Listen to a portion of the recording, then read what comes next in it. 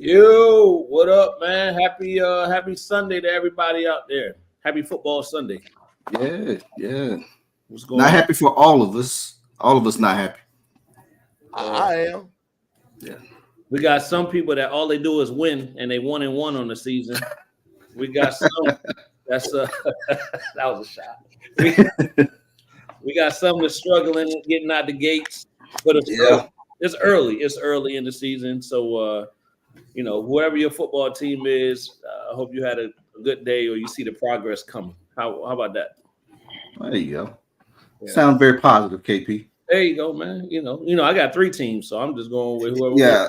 I don't like talking to you about football. Well, Cam, I don't know if you noticed or not, but I go with all the New York teams. So whichever one's rolling, one's rolling, baby, we in there. Increased odds when you talk to KP about football. Yeah. I'll just be quiet on the football subject. Hey, Cam, he front running. Man, I represent the tri-state. But and later on, Cam, we have to talk offline. But I'll tell you about my defensive back days. Man, don't start that, man. Another conversation. Lord, Jesus. Man, I know that's gonna be a long one. I'm ready for that one though. Yeah. It's gonna be short, Cam. Don't worry about it. It's a short conversation. Okay. But again, man, welcome everybody to Off the Dribble. We're here. We got a very special show for you today. As you see, we got our brother on the screen with us right now, Mr. Cam Daly. Cam, what's going on? Man, just loving it, man. Love what you guys got going on, and love what's gonna go on the show tonight.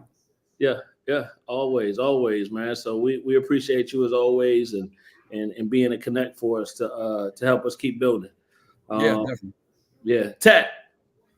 Go ahead and get it out the way real quick, man. Get what out the way? What you talking about? Y'all won today. Man, listen, man. A game of field goals, if I recall. Yeah. I mean, great defensive battle. All right, however you want to twist it, man. Okay. Charles G, what's cracking? Nothing much, man. Chilling on it, man. My Rams, rough looking, bro. Yeah, we got a lot of injuries though. They still got to fix that secondary. I don't like how it's going right now. But needless to say, we'll get to that later. I see they trying to bring your man back, Andy. They trying to put some feelers out there, bring him back like Jordan wearing the 4-5, ain't it? But we need him. We can't get no push on that front. Yeah. We need him bad. He said he done. He ain't coming back. Yeah. We need him. Well, all good, man. Like I said, we want to, we got a special guest backstage, so we want to definitely jump to that. So we're gonna have Cam do an introduction for our special guest. Yeah, so we've been talking about this guy for a while. Very good friend of mine. We met back in his Daytona State days, so that was a long time ago. Been chopping it up ever since. He speaks the real to me. I speak the real to him. I thought it was very important to have him on the show with you guys because he's down there in that area to not only talk to you all about what he's got going on at Mercer, but you guys also talking to him about what's in the area for him because he's new to it. Was at UT Martin. Now he's going to do an amazing job, I think, at Mercer University. So without further ado, the head coach of Mercer, Coach Ryan Ritter. Coach, what's up, fellas? Good to see you all, man. Coach. What's up? Hey, Coach. We'll do this real quick. We'll let you get your team out of the way. Go ahead and tell us your NFL team. Man, I got to think. I got about 30 seconds. I'm a Bengals fan, so we got a big one. I don't know how it finished up, man. Well, actually, y'all up 2 with it looked like 38 seconds ago. I saw that they had a long play, and I think it got called back. So I don't know, man. Let's hang on. Yeah, it's a flag on the play. They gave them pass interference to Kansas City. So Kansas City ball. They're playing in Kansas City, so we'll just leave that alone. Yeah, Taylor Swift at the game, so you know how that goes. Yeah, but Coach, like we just said a few minutes ago, we appreciate you taking time out. I know you're extremely busy to join us on this platform, just to spend some time with us and to allow us to pick your brain a little bit. Man, I appreciate it. I'm humbled to be here, man. I love connecting connected with different guys, and obviously, man, me and Cam go way back. So, you're a friend of him, man. You're a friend of mine too. So I'm excited to get a chance to spend some time with you guys. There it is. Remember that when it's ticket time. You name the game, I got you.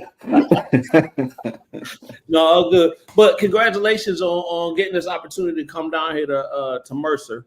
So you've been down here for some months now. So what do you think about the area and how you guys are going to be successful this year?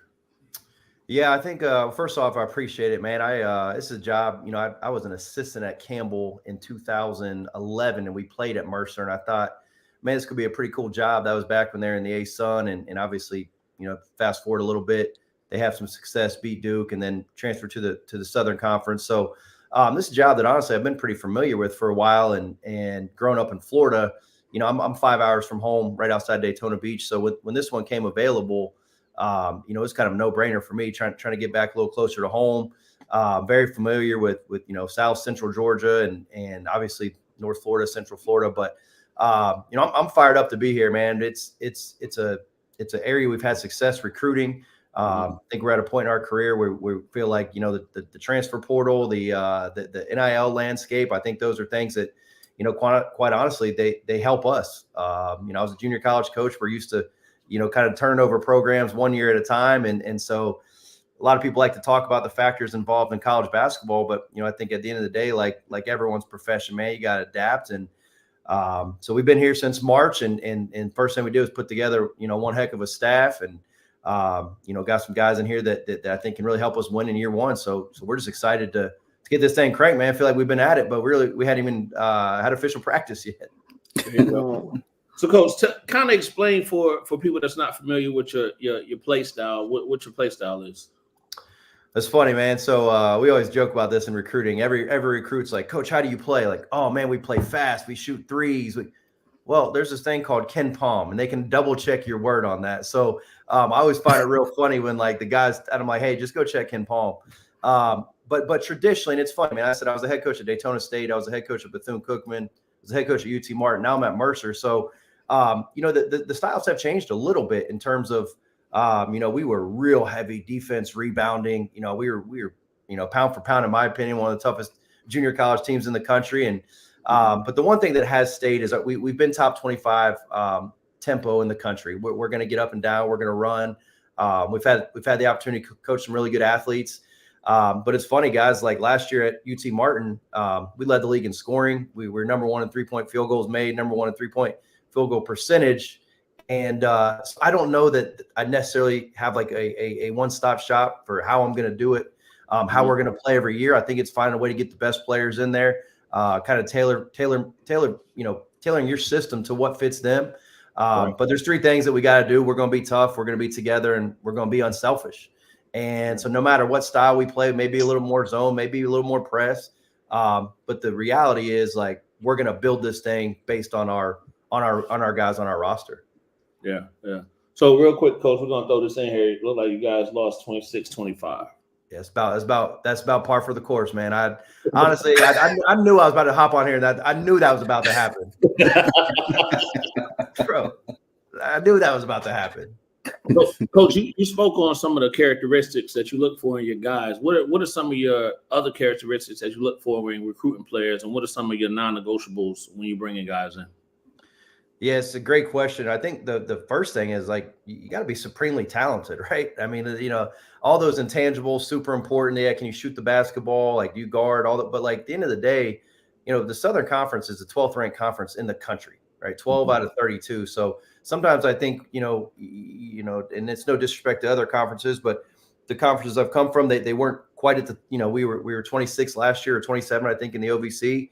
Obviously I was in the MEAC. I think we were 30, 31 at that point. So being the 12th ranked, league in the country, that's above the Sun Belt. It's right where the Missouri Valley, like, you're talking about some real players. So I think the first thing is, you got to be supremely talented. You're talking about the top 1% of high school or junior college or transfer athletes. And then the second part, man, it's been really fortunate. Like, I got to want to coach you. You got to be a winner. And it doesn't mean but even the years we haven't been as good, we had winners in that locker room. And as long as you have a coachable spirit, Guy doesn't think they have all the answers. Cause I know I don't. I'm the head coach, and I definitely don't have all the answers. I lean on. I got a hell of a staff. Like I got great people around me. Like I'm leaning on them every day. So if we can do that as the leaders in the room, I think our kids got to have that coachable spirit. And then again, we've won with a lot of length. We've had athleticism, and then just recently we've really started putting a premium on shooting the basketball. I think, like I said, the last year we had two guys that made 93s at 45%. So had some success there, and I think we'll try to trend that way if we can. Yeah. Because we hear all the time playing the right way, right? And that can take different definitions based on who's kind of giving us an answer or their interpretation of it, right? But throughout your career, right, and as you've gone from stop to stop and been successful, what are some of the things you look for in playing the right way? Like, is it the running off the court? Is it being a great teammate? Along those lines.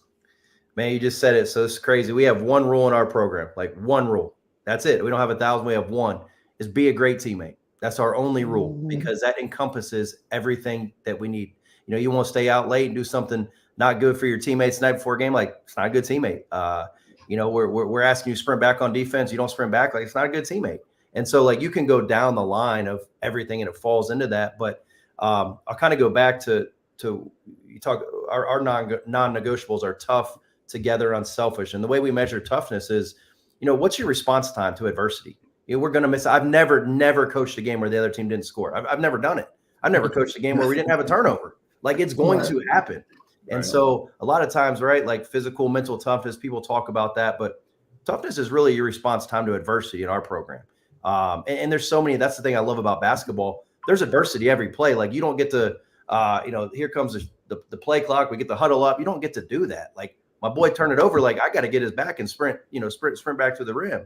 Right. So, like, your response time, that's something we're really big on. And then being together, like, this is, I don't know if it's good or bad, but like, our guys touch, man. We touch every day. Like, if you came to one of our practices, you're going to see before practice, after practice, during practice, like constantly touching, being together. So I know somebody's out in left field. At least I know, and maybe I can understand, how do I get him back? Everybody can't have a good day every day. It's impossible. Right. But collectively, we can have a good day. And then the way we measure unselfishness, it's funny. Everyone thinks about like shot selection, like make the one more. Like, that's a part of it. But unselfish is like, if we're telling you to cut hard, get out of the paint. Like, what are you doing on the stuff where everybody can see, oh, I made the one more, right? Everybody can see that, right? Like, hey, screening, that's unselfish. It is. But what else are you doing where the people really aren't maybe tuned into that? So for us, those three things and being a great teammate, I mean, it really, in my opinion, it encompasses, everything we're looking for in a program. Yeah. Coach, you kind of talked about the being 12th, right? Your conference being 12th and looking for the talent and doing all of these things. But can you just kind of speak to, again, based on your different stops, how hard it is to play college basketball at any level right now? Man, it's insane. Like, I mean, I played college basketball 2004 to 8, 3 to 8. I was super senior. And I thought I was a pretty good player. But I look at what's going on today and just the amount of good players that aren't on rosters right now. I'll take Daytona State 2013. I got hired as a head coach. We were more than willing to take guys that had, second, third chances that really need an opportunity. And I'm not past doing that. I'm not above that. I believe in second chances. I had a great second chance, but those chances are becoming limited because the sheer numbers of people that are willing to go out and play the right way, to be good students, and you're just not seeing as many off the court issues for the college athletes because you don't have to deal with it anymore. The talent level, we like talk about, right, all back in the day, man, these guys, like, dude, the talent level of these kids today, I mean, give them credit. They may play a little bit more individually. They may have some more skill trainers, but like talent wise, skill set wise, we're in athleticism, we're seeing some stuff that we can pretend we didn't have that, guys. Like what we're seeing today, 7-footers that are like, it's insane. Now I'm Jordan's best player ever. I'll argue that to my grave.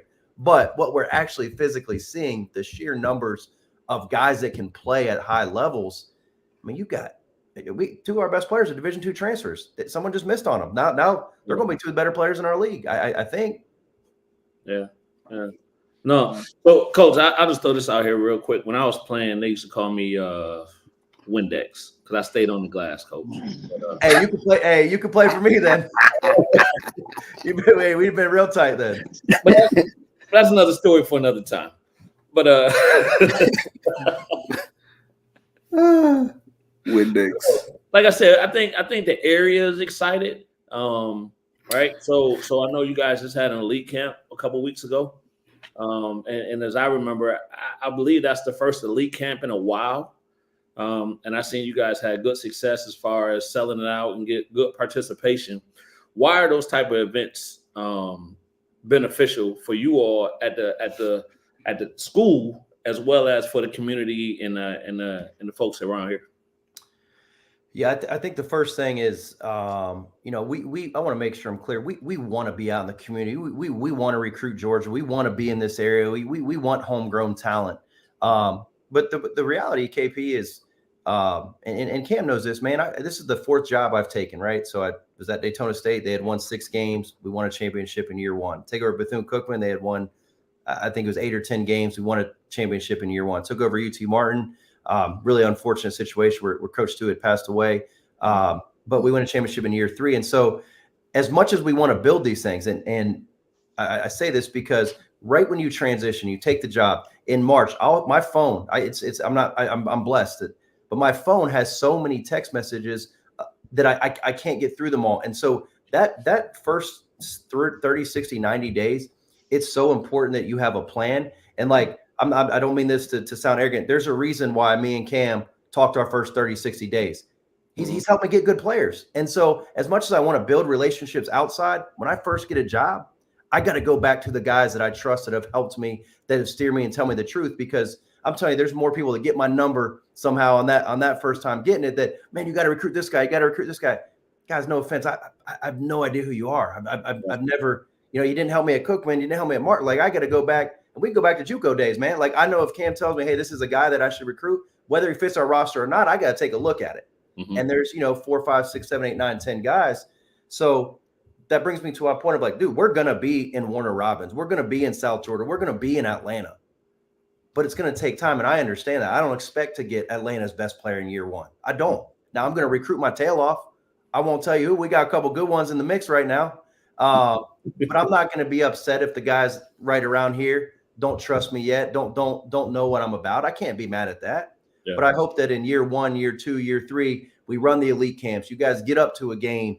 You get to know our staff. We're out in that you give us a chance. Mm-hmm. And I think that's the misconception sometimes is like, we expect instant gratification. Hey, send us your best players. And everyone expects us to do it in the first 30, 40, 50 days. That's not reality, man. Right. And this is the 4th time I've done it. And I'm not saying I figured it out by any means, but I think I have prioritized a little better and been brutally honest and upfront with guys of why we operate the way we do. So I hope that answers the question. I know it's kind of long-winded, but 100%. It's so important for us to kind of explain that to guys. Yeah. Coach, I'm going to ask you about a controversial question, right? Or a topic, I guess. Travel basketball, grassroots basketball.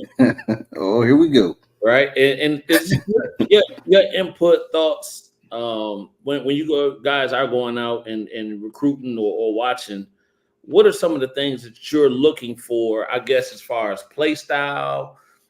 Is it one of those, because we hear about just rolling the balls out and letting the kids play however they're playing versus playing in the structured system, all of those things. Where's your take on it at? Well, let me number one is I appreciate anybody trying to get back to young people, whether it's basketball, whether it's teaching, whatever it may be. I appreciate anybody trying to give back. And I coached AAU. I was 16, or I was coaching 16s. I was 21 years old. So I think there's a big time place for travel basketball. The first thing we look for, do you win? Like, does your team win? And it's you don't have to win every game, but are you on a team that consistently finds ways to win? And maybe everybody can't win. Obviously, if you're playing EYBL or you're playing one of those deals, like, okay, maybe you're middle of the pack, maybe. But do you come from a winning environment? Is number one. Like, how do you handle coaching? Because talent's talent, right? Us 4 can go and I can guarantee you we'll go to the gym and we'll all know who the best player is. I guarantee it. Yeah. That's not rocket science. Are you coachable? Like, how do you handle? I love watching kids when they play bad. Like, it's my favorite thing to do because I want to know who they are. Mhm. And there's a couple kids, and I can't say who they are, but like there's a couple kids we tracked all summer, and I loved when they had bad games. And there's still a reason why I don't like them to have too many bad games. Got a question too, recruiting, but no, the truth is like that's when we find out, hey, if they're going to make it, because every transition, whether it's junior college, high school, transfer portal, like you're gonna transition. It's gonna be tough. So I just want to know what we're dealing with. But I love travel basketball, man. I do think it has a place. I think there's great coaches in it, and I think there's not good coaches in it. Just like college basketball, I think there's great coaches. I think there's not great coaches. Right. So yeah, that's kind of my long-winded take on that. No, all good, Coach. And I'm gonna be quiet for a while because it seems like I've been asking a lot of questions. Let's see if Charles G or Coach Tat have anything. No, go ahead. You got it. No, I think KP, you've been asking some great questions, and actually allowing our audience to kind of get to know Coach Ryder as well. So I'm just kind of taken in by your personality. So I kind of we was at the elite camp, so we kind of got a feel for how your approach to the program. So I kind of want you to talk about, if you can, I guess my question would be as far as building your program, right? When you first came in, you talked about those prioritizing 30, 60 days. So how did you start that process? Well, I think obviously you guys were at league camp. Like you can probably get a feel of like, I love this, man. Like I love coaching. Like I love being a part. Like my dad's a college coach. Like I wake up every day. I coach basketball for a living. Are you kidding me? Like this is a blast. Like I got boys that sell insurance. I got guys that are in the armed forces. Like I get to coach basketball. Like, you gotta be kidding me. So I think like one is like I'm always appreciative of the opportunity to wake up and be Mercer's head coach. Like I know I'm very fortunate to do that, and I don't take it for granted. I work my ass off every day for the program. But I think in terms to like to building the program, I talk about it's kind of like building a house, man. We got to get this foundation right. And I know for a fact, if you look at the backgrounds of our staff, we got that right, man. We got the right guys in the building, like-minded in terms of how they want to treat young people, how they value the opportunity to impact them. Now we all got different personalities, different expertises. Some guys more offensive, some guys more defensive, some guys more skill development. But that was the first thing I knew when I got the job. I had to get the staff right. And I think when you take a job, you have all these visions of this is what I'm going to do. This is those change. You know, you get on campus and you realize, okay, hey, maybe this might be a better fit here. This could be here. This is what I was thinking, but now it's a little different. Well, then the second thing is, I don't know how many games we're going to win, fellas. Like I think we're going to be pretty competitive. I got major respect for the SoCon, but like, man, shoot, our expectation go out and try to compete for a championship. Like that's why you put on the jersey, right? Like, you know, I don't. It's just how I built. Like that's ready to go. Right. But I think we got the right guys, right players in the building, and you know, we worked really hard to target different guys. We got high major transfers, we've got Division II transfers, we've got guys with junior college background, we've got high school guys. But I think the biggest thing that this group can do is we're going to win in the locker room. And if we're just not good enough this year, we don't get to our goal win-loss record, it's going to be because time ran out. It's not going to be because we weren't good enough. And I think there's a major difference. The foundation and you know, the 1, 2, 3 guys that we brought in here to lead us, they're doing a hell of a job. And I don't know what that looks like in terms of win-loss, but I know that building this thing forward year 2, year 3, year 4, we're getting that concrete foundation, right? Like we're getting the you know, the foundation. So when this thing takes off, it's going to be sturdy. It's going to be firm. Okay. And I think we do have a question, a comment. Big waste. He said he's a little late, so he don't know if he asked something that we already been asked, but he wants to know if you could elaborate a little on your approach to recruiting locally and what in particular are you looking for in local student athletes versus those not from the area. Yeah, I love it. So that's such a good question. And if you know, like I said, I was at Daytona State, we had local guys. Bethune-Cookman, we had local guys. UT Martin, we had local guys, literally from the town.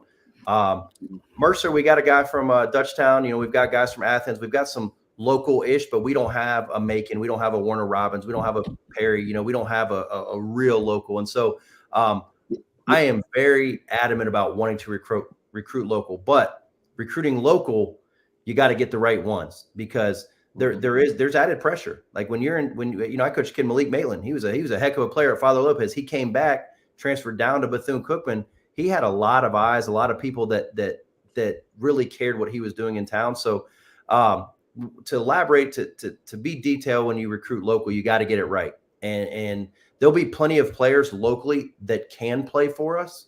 We want the ones that can't, that shouldn't be here, that should be because, and the reason I say that is, when you're in town, if it doesn't work out and you're a freshman and you're getting 6, 7, 8 minutes a game, that's a lot harder when you're going home 15 minutes away, and all the people you grew up with, all the coaches that you played for, everybody that you have real family relationships with. Right. That's a lot harder to stomach on a Saturday afternoon, whether we're winning or losing. So the ones we've had in town, this is crazy. Malik Maitland was with us at Bethune-Cookman. He's all league. Parker Stewart was with us at UT Martin. He's from Union City, which is the next town over. He was all league. So to recruit local, they've really got to be one of your top 1, 2, 3, 4 players. In the same breath, guys that, like, we got, TJ's on our team from Warner Robins, elite human being. Like, this dude's, dude, I want to work for him one day. I freaking love him. He's built the right way, where if basketball doesn't go his way every night, I feel very strong and comfortable he's still going to be a great asset to our team. Now, he's a good player. He's going to play. But that's the kind of second part, is if we're not absolutely 100% sure that you can come in and get 28, 30 minutes a night as your first year with us, that foundation's got to be so strong that no matter what you're doing going back, that you understand that this is Mercer basketball. And I love parents. I love involvement, but it's got to be right for Mercer. I hope that kind of answers the question. Right. Yeah. So Coach, kind of, I guess, piggybacking on that, right? So let's say you are bringing in a freshman or something along those lines. What does that process entail, bringing in a high school guy, right, or a 1-year transfer, something along those lines, that may not understand the nuances of being a college basketball player? Well, I think it's different for really everyone you're recruiting, and whether they're high school or they're junior college or they're transfer, like, every kid's journey is different. So, we've got 3 freshmen on our team this year. And I think the biggest thing right now is there's just not a lot of opportunities for high school guys anymore. There's not a lot of opportunities for young people. Now, every year, if I could draw out my roster, I would have 2 freshmen, maybe 3 freshmen every year. I think it's important to try to grow those guys. But I think what every coach is scared about is, you have a guy that averages 7, 8, or 9 points. He's going to transfer up. You have a guy that's not playing as much. He's going to quit and leave. And I think that's the reality of we are. I'm not upset about it. If I was a young kid today, I would be probably doing the same thing that everyone else is. But I think that the biggest thing is, the portal recruiting is like microwave recruiting, right? They go in the portal in May, and you develop it's speed dating, 2-3 week relationship, and you're putting a lot of stock into those guys. With high school guys, I do think it's still a little more traditional. There's a couple guys this particular year we target in the summer, track them all summer, and then we've been able to recruit them. And I don't know if I'm outside, which I'll tell you, we had them on campus, and now, where that's changed a little bit, like some of these guys I used to track real younger, sophomores, juniors. Well, now it's almost like the earliest we're really contacting and recruiting guys hard is going into their senior year. Now, I'm not saying we're not reaching out, not contacting their coaches, but like actively recruiting them hard. It just doesn't make a lot of sense for us to use our time to recruit sophomores and guys that are going to be juniors. And I know people get mad at me, like, you got to recruit this kid, you got to offer him. Like, I got 24 hours in a day, man. Like, right. It doesn't mean it's any less important. Just being able to prioritize those, and that's our level particular. There's different ways to do it everywhere too. Yeah.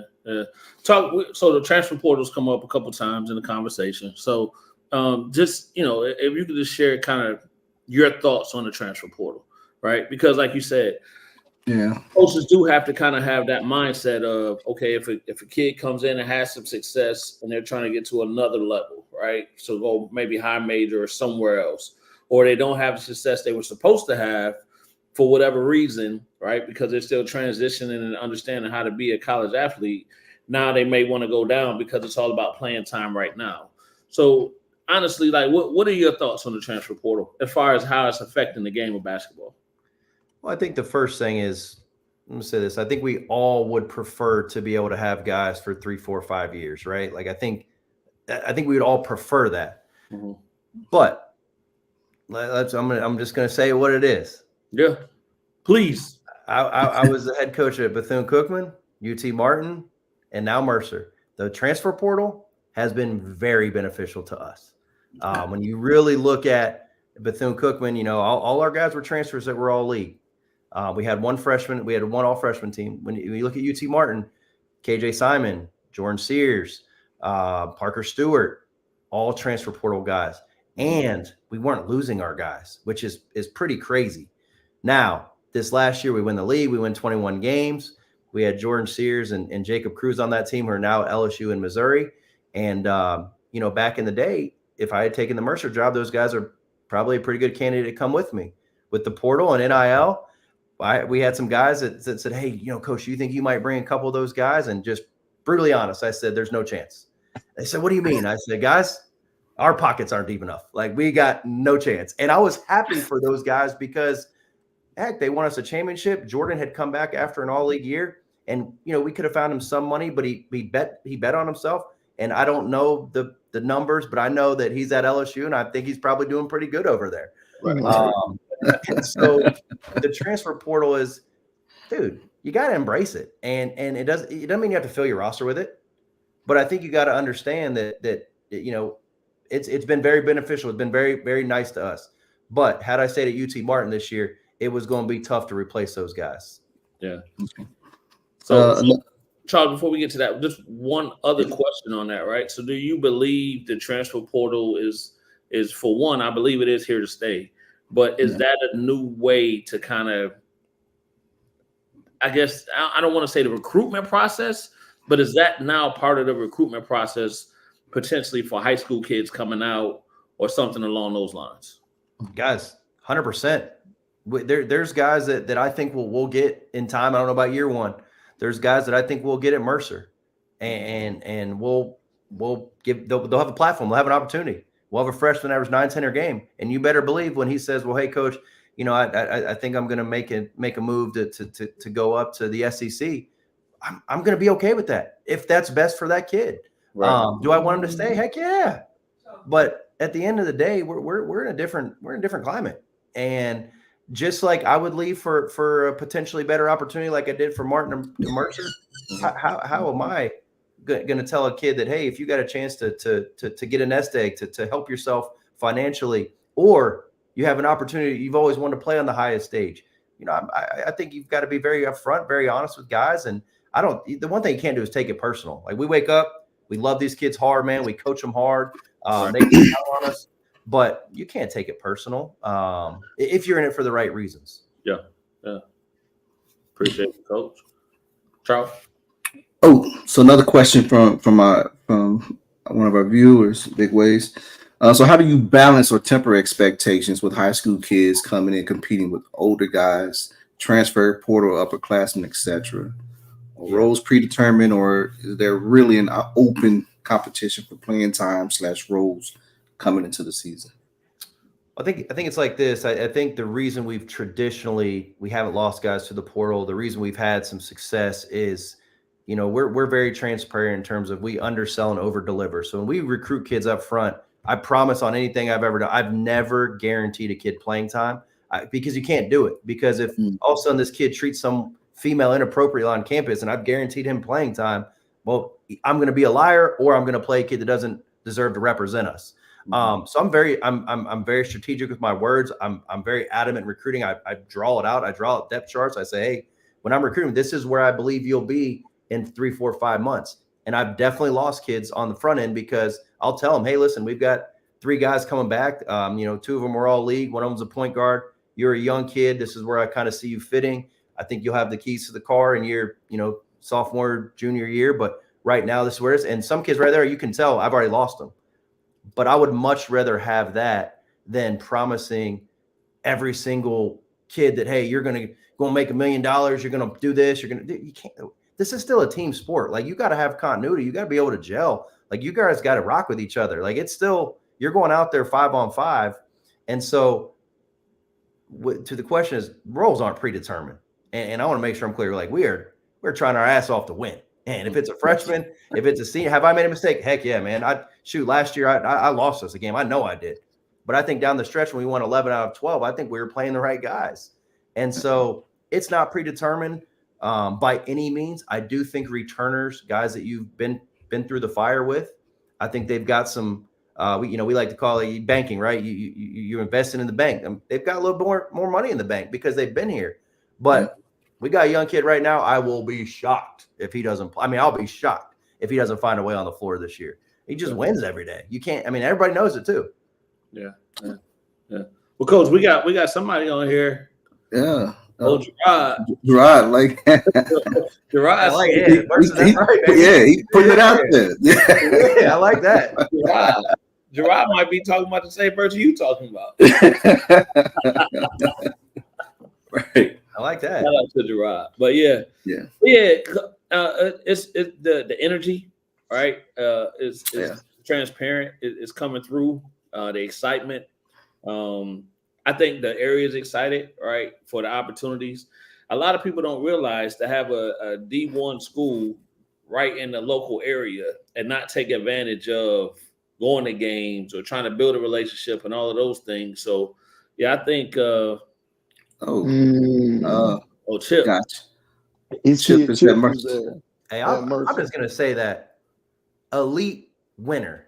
Like, I don't know if I'm supposed to say that on podcast, but bro, that guy's no, he's unreal. Like, I'm dead serious. I don't know how many games we're gonna win, but I know, like, going to the fire with him, like, I feel a hell of a lot better. Like, we hadn't played a game yet, and shoot, I could talk about that kid. We could do a podcast about that kid.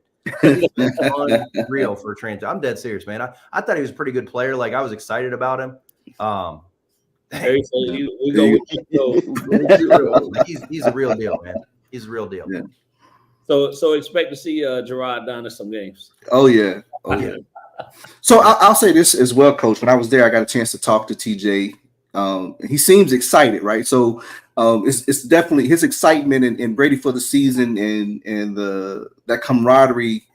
It was pouring out. So I know it's a direct correlation to the leadership that you guys are doing. So I just want to say kudos to you guys coming in so fast and building those bonds and those relationships with those players. So I think that just talking to TJ, it's definitely pouring out through your team, through your players. So I appreciate you saying that. I think, like, every profession, right? Like, you want to feel valued. You know, you want to feel important. You want to feel like you're contributing. And I think that's the biggest thing is, dude, I'm not making fun. Man, I love our guys. Like, I love coaching them. I love telling them the truth. I love getting better. And I think that, you know, they see light at the end of the tunnel. I think they feel important. Now, we lose 4 games in a row. We'll see if that's still reciprocated. But, you know, I think the truth is, like, and I didn't know the previous staff. I'll never have anything negative to say. It doesn't matter to me. I wasn't here.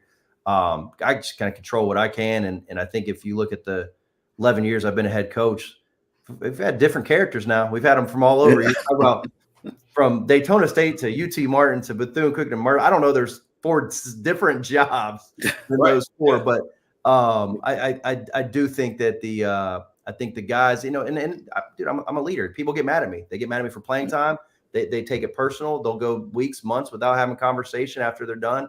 And then when they come back to it, it's like, dang, coach, I understand. Like, you had to be the best for UT Martin, not for John Smith. Like, you had to. And I think this particular group kind of already understands that, and there's going to be disappointment like every year. But I think they understand that this thing really is about Mercer. Yeah. Coach, and we're going to get you out of here. Definitely, you know, like, we don't want to take up too much time, but I do want to ask you, and again, for our viewers out there, for folks that got kids that's coming up in this process and trying to understand it, how important is it to be 100% honest and transparent about whatever you're dealing with when it comes to the game of basketball and dealing with kids? Say it all the time, man. We don't want surprises. Like, I'm by no means perfect. I've made plenty of mistakes. I've had a history of things that didn't go my way, but transparency, all coaches want is we don't want surprises. We want to be able to coach you. Like, that's it. We just want to be able to coach you. If you're having a bad day, let me know you're having a bad day. You know, I can deal with that. I mean, coach, I failed a test today. I mean, I worked really hard, but I failed a test. Like, but let me know that before we go into practice. You know, let me know what's going on on your brain. So I think in terms of like high school transparency is, dude, I got 3 little daughters. This is how I feed my family. Like, this is my profession. This is my career. Like, I'm trying to gather as much information. It's not interrogation. It's I want to get to know you. And I've never recruited a perfect kid. I don't think I ever will. Got some good ones. Chip Johnson, TJ, those are pretty good kids. But I think the transparency of, you know, what do you want out of this college experience? Where do you see yourself in a year or two? Like, because I'm going to tell you where I think you are. I'm going to tell you what I think we can do for you. But I think if we're not transparent, then we both end up not fulfilling what we set out to do. And I think, I think that's the name of the game. No matter it's recruiting, coaching, you know, whatever it may be, transparency is the name of the game. There it is. There it is. Yeah. There it is. Well, Coach, we're going to get you out of here again. We appreciate your time. We'll be out definitely to check some games out, all that good stuff. To, you know, have these conversations in person and build these relationships. Again, you got this platform whenever you need it. You know, feel free to reach out and we'll get it squared away. Hey, make sure, man, you guys help me, man. Help us fill that thing. Like, you guys want to bring some groups up, you want to spend some time, you know, shoot me a text. You know, seriously, like I said, if we haven't reached out to you, it's coming. It gave us some time. Now we're going to fill that thing and we're going to win a lot of games, but we need guys like you. We need your help. Continue to spread the word and let us know, man. We want to get you here and take care of you. There it is. So we can say we know you. So we got the VIP. Yeah, you can come coach the game if you want. We All right, fellas. Appreciate y'all. Appreciate you, Coach. Good luck this season. Thank you. All right, Coach.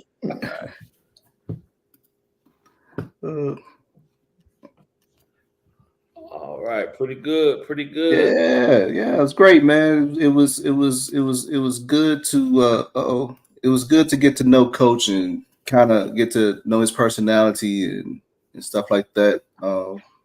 Was real impressed with him at the camp, just how he spoke and interacted with the young high schoolers. So, but yeah, I'm excited for him, man. So it's if you're in the local areas, I think he's gonna make Mercer basketball exciting. Yeah, bringing the energy to the area. Yeah, right. Love that energy. Yeah, man. Sean spoke highly of him, man. Once he took over the job, and you know, Sean kind of called and was like, man, need to touch bases. Need to touch bases with him, man, and you know, lock in with him and the staff and stuff like that. So, man, when you got numerous of people like that speaking highly of you, you know, like even Cam speaks very highly of him. Yeah. Right. And like I say, Sean speaks very highly of him as well. So when you got people like that speaking highly of you, you know, good things sound like good things are brewing up there at Mercer. Absolutely. Good. So y'all heard him say we got some VIP accesses. Oh, Yeah. Get to that door and say, hey, who? yeah. Hey, Tat, they go, oh, we'll sit you next to the bathroom and water fountain. That's VIP. Hey, go get Coach. He know me. Go get him.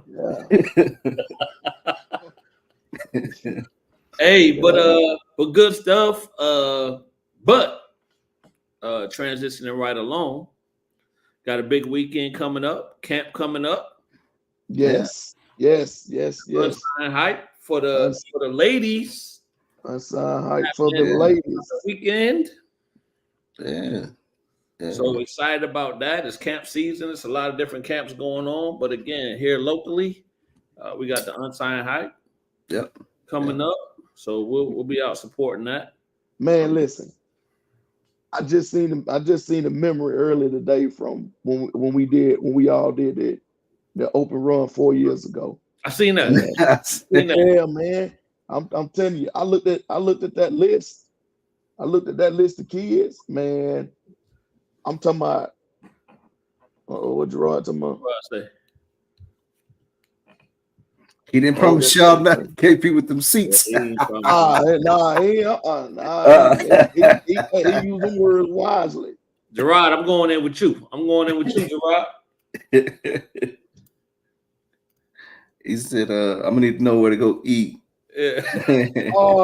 I tell you where to go eat. What's my place called with the platters? Ah, man, right down Pine Nono. I forgot the name already. You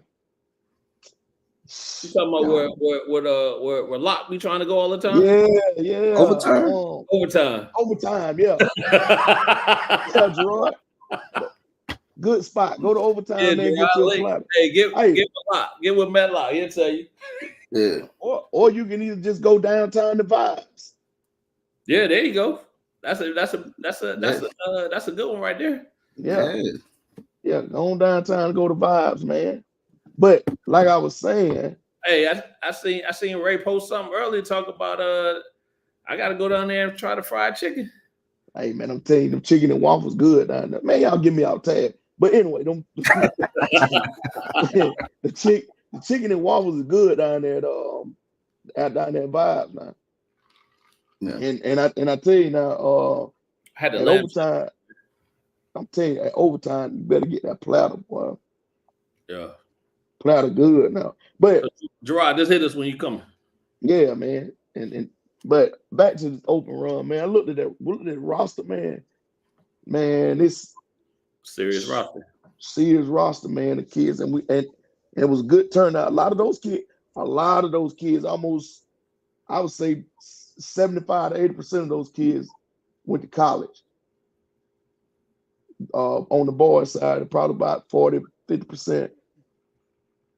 Yes, third street and chair. You're right there. Yeah.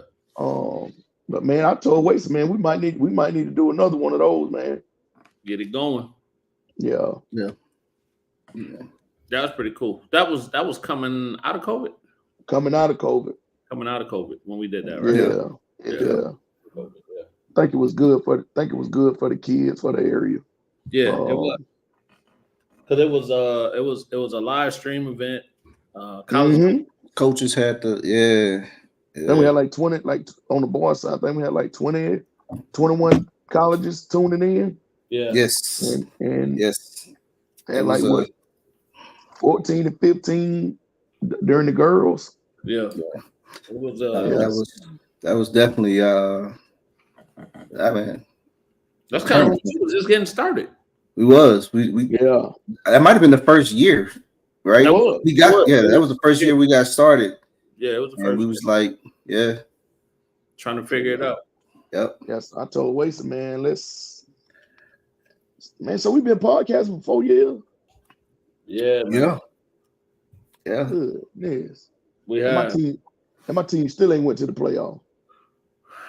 And they done changed names. We won a Super Bowl. They done changed identities and everything during that time. Man, don't make me think about that, man. Get mad all over again. But man, good information, man. Y'all thing, and then now you're almost in a rebuilding stage. We are. Man, we won today, man. Oh, to my us? No, he's talking about the Rams. He's talking about the Rams. Calm down, brother. I'm with you, KP. I'm tracking. But to your point, KP, we lost some key pieces, and I think Stafford's on his way out. Like I don't know how many more years he got on him, man. But that's what I got all worked up about.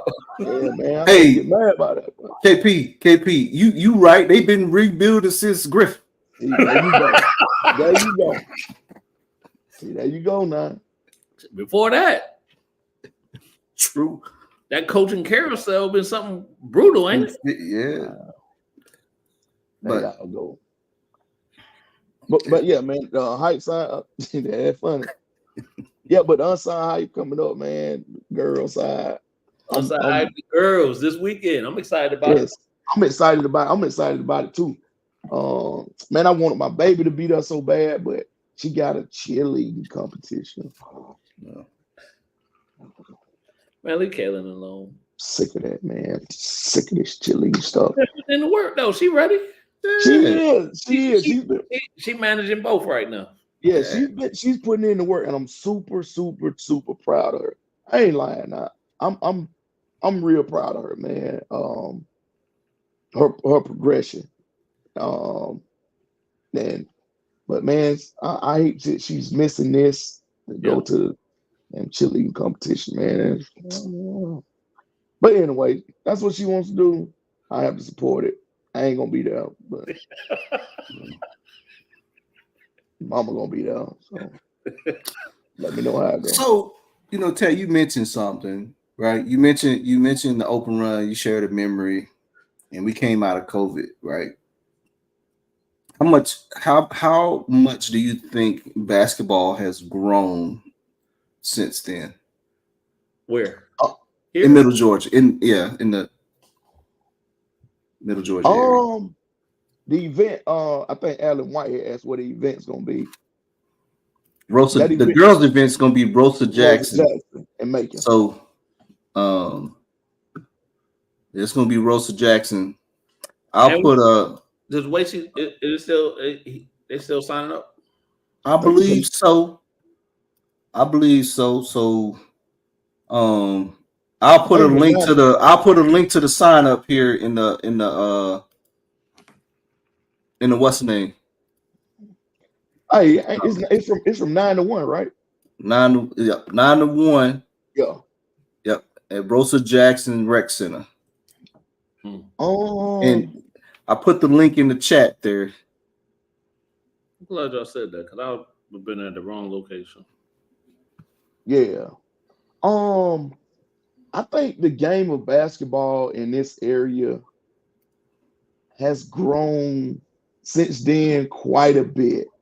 And I'll say that due to you got a lot more teams and you got a lot more kids playing now.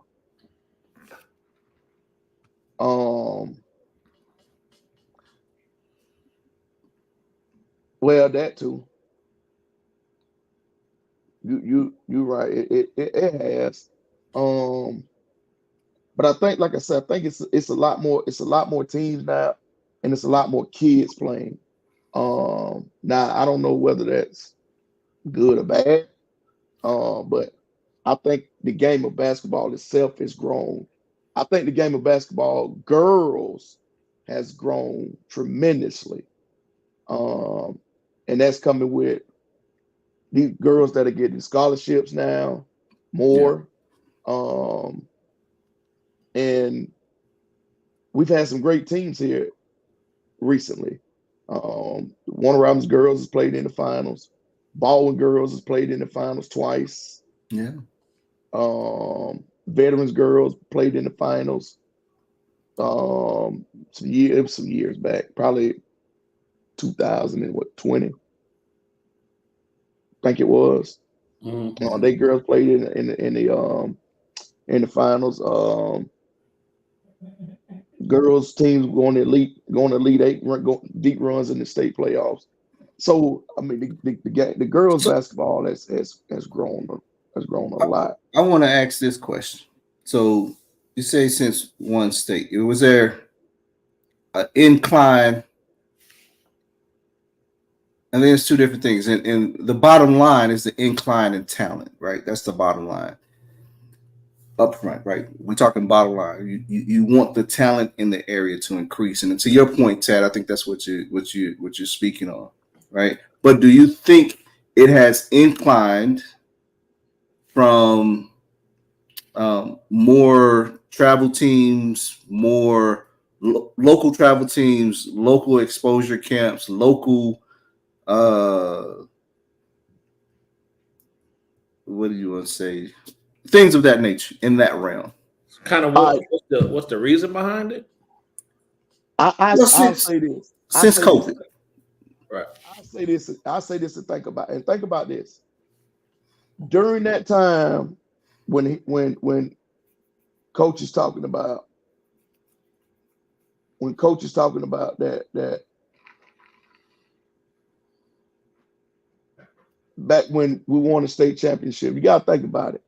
Those teams that were good around that time, you had Wilkinson County, that Coach Jeter was still there, winning state championship after state championship after state championship. Then you had Upson Lee. Upson Lee went on that 2-year, 3-year run where they won the 2 state championships and got the longest, I think it's the longest win streak in state history.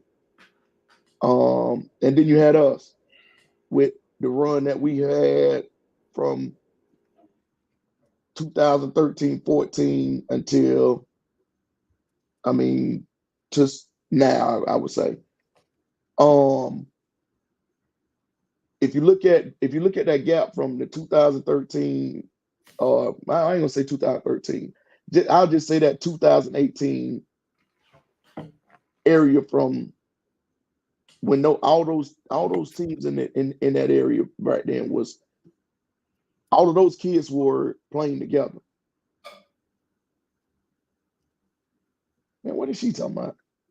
I don't know, but it's gonna be over with before 11. Man, she gonna be texting. She gonna be trying to text some other podcast that she looking at. Over at 11 o'clock. Tay, you got a bedtime? Are you trying to be funny? Oh, she ain't saying that ain't my bedtime, man. I know she ain't said no bedtime on 11 o'clock. Yeah, I think that message for you, Ted. Nah, man, she better not be saying that to me. No. I think KP might be right, bro. I think that message. We ain't even on that late, man. Well, she was letting you know. Yeah, friendly reminder. Mm-hmm. Whatever. Well, I'm bucking in. I'm staying up to 3. I'm bucking there. I ain't tomorrow. You're gonna be by you. Anyway. Because Charles will shut this thing down. Oh yeah. Chris ain't got to worry about that now.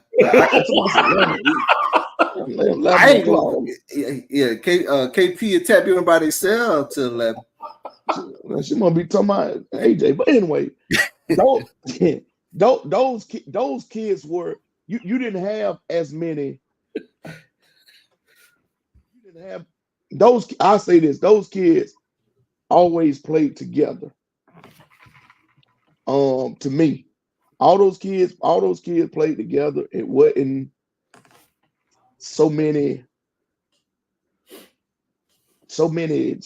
teams, I should say. And that's what I think that's what made those groups. I can't speak for the Wilkinson County group, but I can only speak for the group that was at Upson Lee and our group. I think that's what made our group so good is because they stayed together. And they had that continuity with each other. Yeah. Well, I guess, and I know those are groups, right? So I feel like groups go in waves. It's a wave thing, right? I read Derek thing right here when it says it's a combination exposure, basketball being played more, being in a more but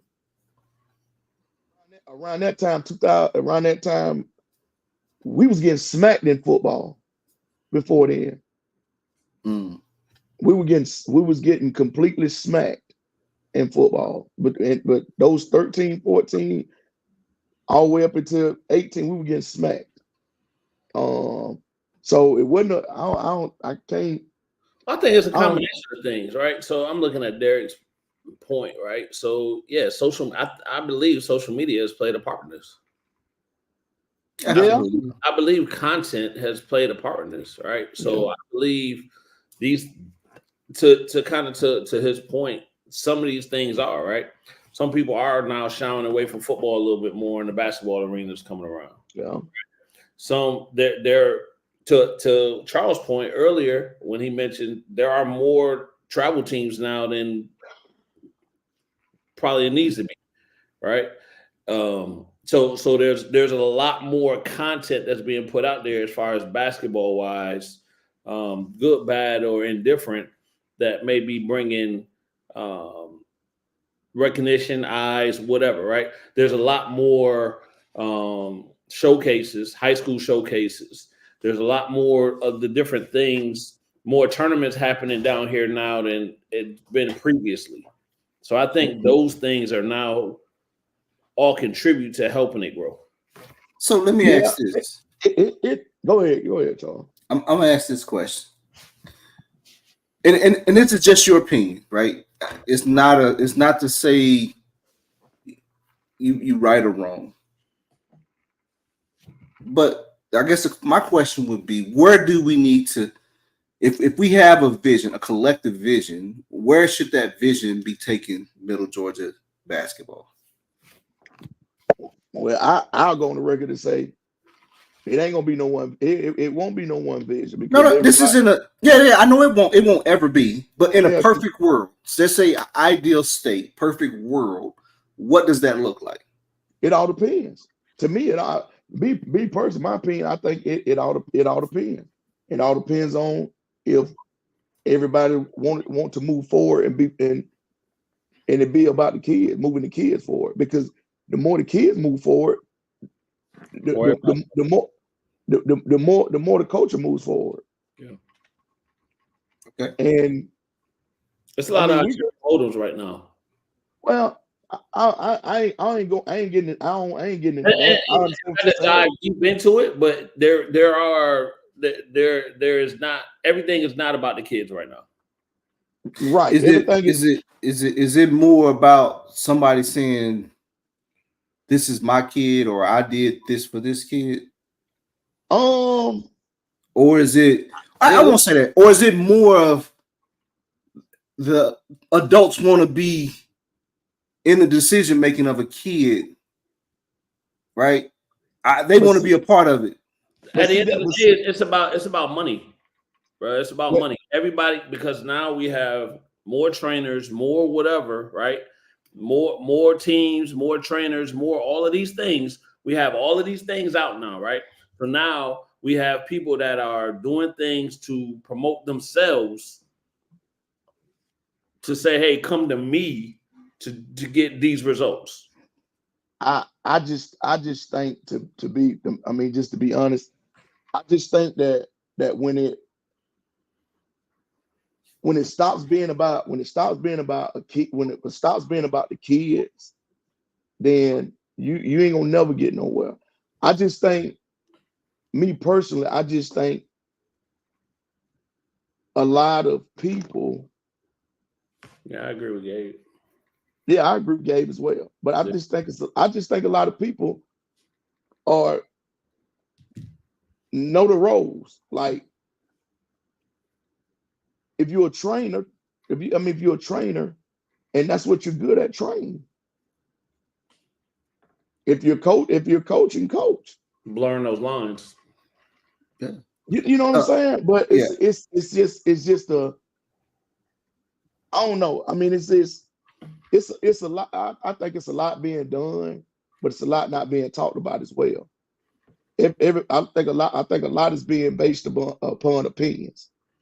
It is, and I think we all can contest to that, right? We some people are very strongly opinionated, whether they got all the information or if they only got a part of it. Like, you don't know the whole story, or you don't know the whole what happened behind the scenes, but you loud in your opinions. And now, to KP point, social media give everybody a platform to voice those opinions, and it's just like some of it is.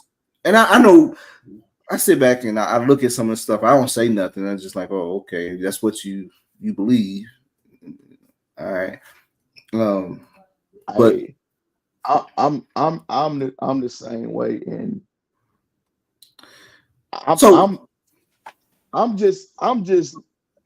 just look at stuff, I see stuff, and to be honest with you, I really don't care what you're doing. To be honest with you, facts, 100%. I'm just being totally honest. Well, and that's the thing, right? So you don't have the time to worry about everybody else stuff. Man, and this is just a question, right, people? So this is everyone has an opinion. That's why I was just trying to get opinions out there, what people's opinion of what the vision is. How can we move? Because to that point, the focus has to be the kids, right? How do we move kids forward? How do we get them more exposure? How do we get them in front of the right people to get them in the right conversations? So, but Charles, that's to be totally honest with you, that's not a question. That's something that is not seen. You see, you know what I'm saying? I know. Yeah. I mean, that's Yeah. People see how kids can go get exposure and where kids need to go to get exposure. But I think a lot of people don't understand that it varies from high school to middle school. Oh my God. Yes. Middle school ain't the same as high school. You can have all the middle school success in the world. You can be the top of that middle school class. You can be all world in middle school. But once you hit that high school level, sometimes it don't translate. Now, our job as adults is to try to help them navigate through when stuff is not going their way. But you got a lot of people not doing that. You got a lot of people that see a kid start struggling, and what's the first thing they do? Oh, all right, well, we're going to the next best kid. Like, he ain't paying out. So again, if it doesn't revert back to helping the kids and being about the kids, I mean, everybody's just gonna be on their own way, trying to find their way. I mean, that's my opinion on it, but I mean, and I don't think like I said, that's a ideal state, a perfect world, if you will. It's always going to be crinkles and outside things you have to deal with. It just is what it is, right? But I always go back to, at the end of the day, still the parents. Yeah. At the end of the day. Well, so I look at it like this too, right? So a lot of these parents, you think about it, before you buy a house, a car, you do all this research about the house, about the neighborhood, about whatever, or if it's a car, how much gas mileage it get. You do all this research. But when you take your kids somewhere, you don't do no research on who I'm letting them play for, or what type of program it is, who is the person that's doing the training, the coaching, or whatever the case may be. Some of that same research need to be applied. But yeah, middle school success does not guarantee high school success. And high school does not guarantee college. There's levels to it. No, sir, because it's a lot of college kids that don't get drafted. Yeah. It's a lot of college kids that don't go overseas to play overseas sports. There's a lot of kids that don't get, I mean, if you speak in football terms. And you think about it though, even in college and the NBA, right? You see how many first round busts have we seen? We've probably seen a lot of them. If you go through them, right? They were the man in college, top 10 lottery pick kid, and some of them out the league. But a lot of that too, like I give you a prime example, and I know a lot of kids probably didn't see the story, but Lenny Cook. So he was better. Lenny Cook was the number one player in the country, and that's number one player in the country over LeBron, Carmelo, all. Yeah. The man, he was the number one, but bad information, bad work habits. Cost him everything. And really, one bad game cost him everything. Yeah. Yes. Derek must have took a nap earlier. He must have. He up tonight with us. my boy tonight. My boy had a birthday about 2 weeks ago. my boy up and on it, boy. Derek, but you're right though. Hey, as they say, I'm with you when you're right.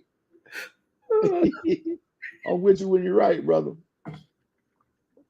There. You see what he says that?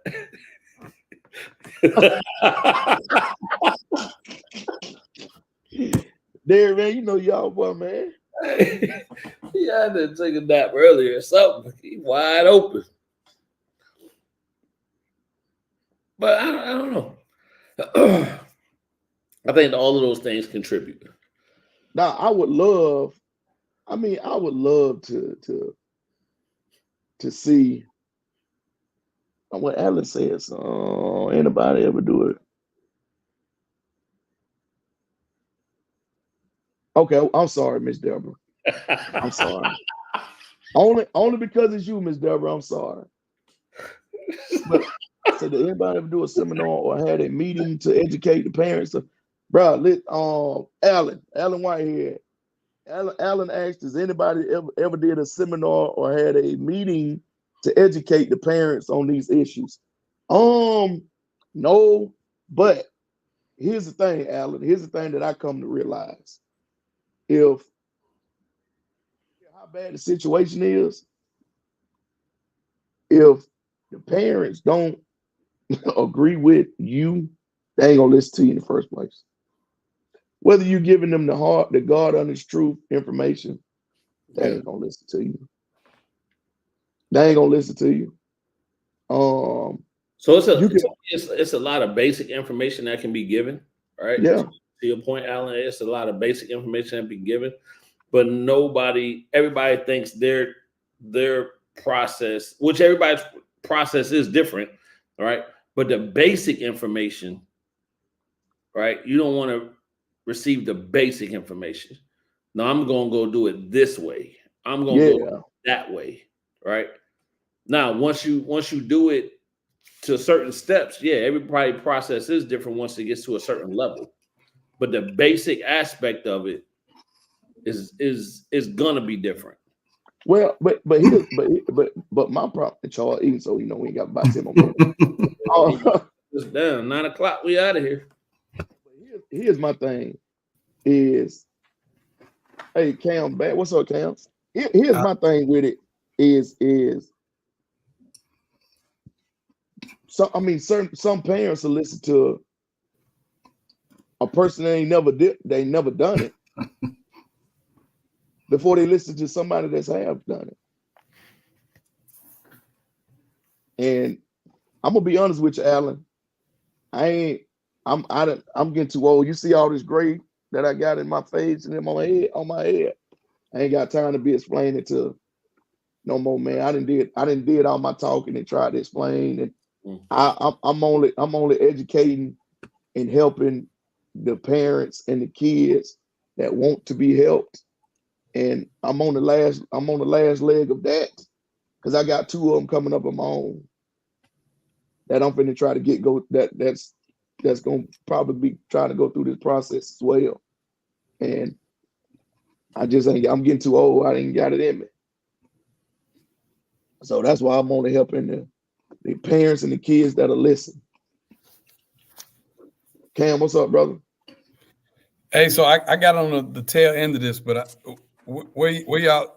So I think a gentleman asked, is there a seminar about like the recruitment for kids or like what? I think just the process, right? So just information that they can receive. So the conversation was, Charles asked, since COVID, right? Since certain things have been happening, has basketball in this area, has it grown, right? Interest, exposure, opportunity, all of these things, right? So we were kind of having this conversation, which then led to, okay, you got a lot more people in the fire now, right? Or saying do it this way, do it that way, all of these type of things. And I think Alan was kind of asking, well, is there somewhere that you can get this information? Gotcha. Is there somewhere that says, okay, this is a proven process, or this is and it's worked this way if you do these things at the basic level, right? Because we understand everybody's process is different once you get to a certain point. But at the basic levels, are you doing? Is there information that can be given to help me guide to a certain point? Well, for me, I'm gonna say this, man. There are many methods, but I think one is like Tad said earlier. Are people willing to sit down?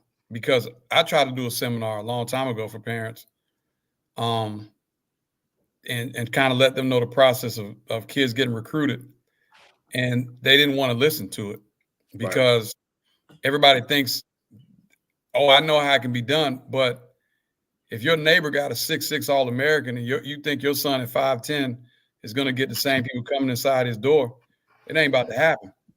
Like, for me. But Cam, and I hate to cut you off, right? But then that's where the issues start. Well, my kid isn't getting the same whatever as your kid. So now there's an issue. So I can't listen to you anymore because obviously you're holding something back from me when it's just based on the genetics and all of those type of aspects. Yeah. I mean, it's you got to pick the right. It's a game of chances, just like you going to buy a scratch off. I mean, you probably less getting a scratch off, but I mean, it's probably the same for your son or daughter to get the NBA or WNBA. You got to have the right people around them. You got to have people who got connections with other people. You got to know what you're doing because people are using a lot of these kids. Like I tell people all the time, shoot, the new slave trade is basketball, football, and baseball with youth because look at what you're paying to get inside a tournament. Everybody figured out now, man, let me run tournaments. Let me do this. Let me do that. And they're also telling you, I can help your kid do this and do that and do that. But are they really helping or are they just taking that money? So you gotta see and know, like for me, my daughter now is about to be 9 and I'm trying to see the process for her. I got a 16 and a 17-year-old trying to see the process for her. I know it's changed, but I'm going to make sure she's around the right people. I'm going to make sure they have her best interest if she decides to play basketball. But I also know her chances of making the WNBA are slim.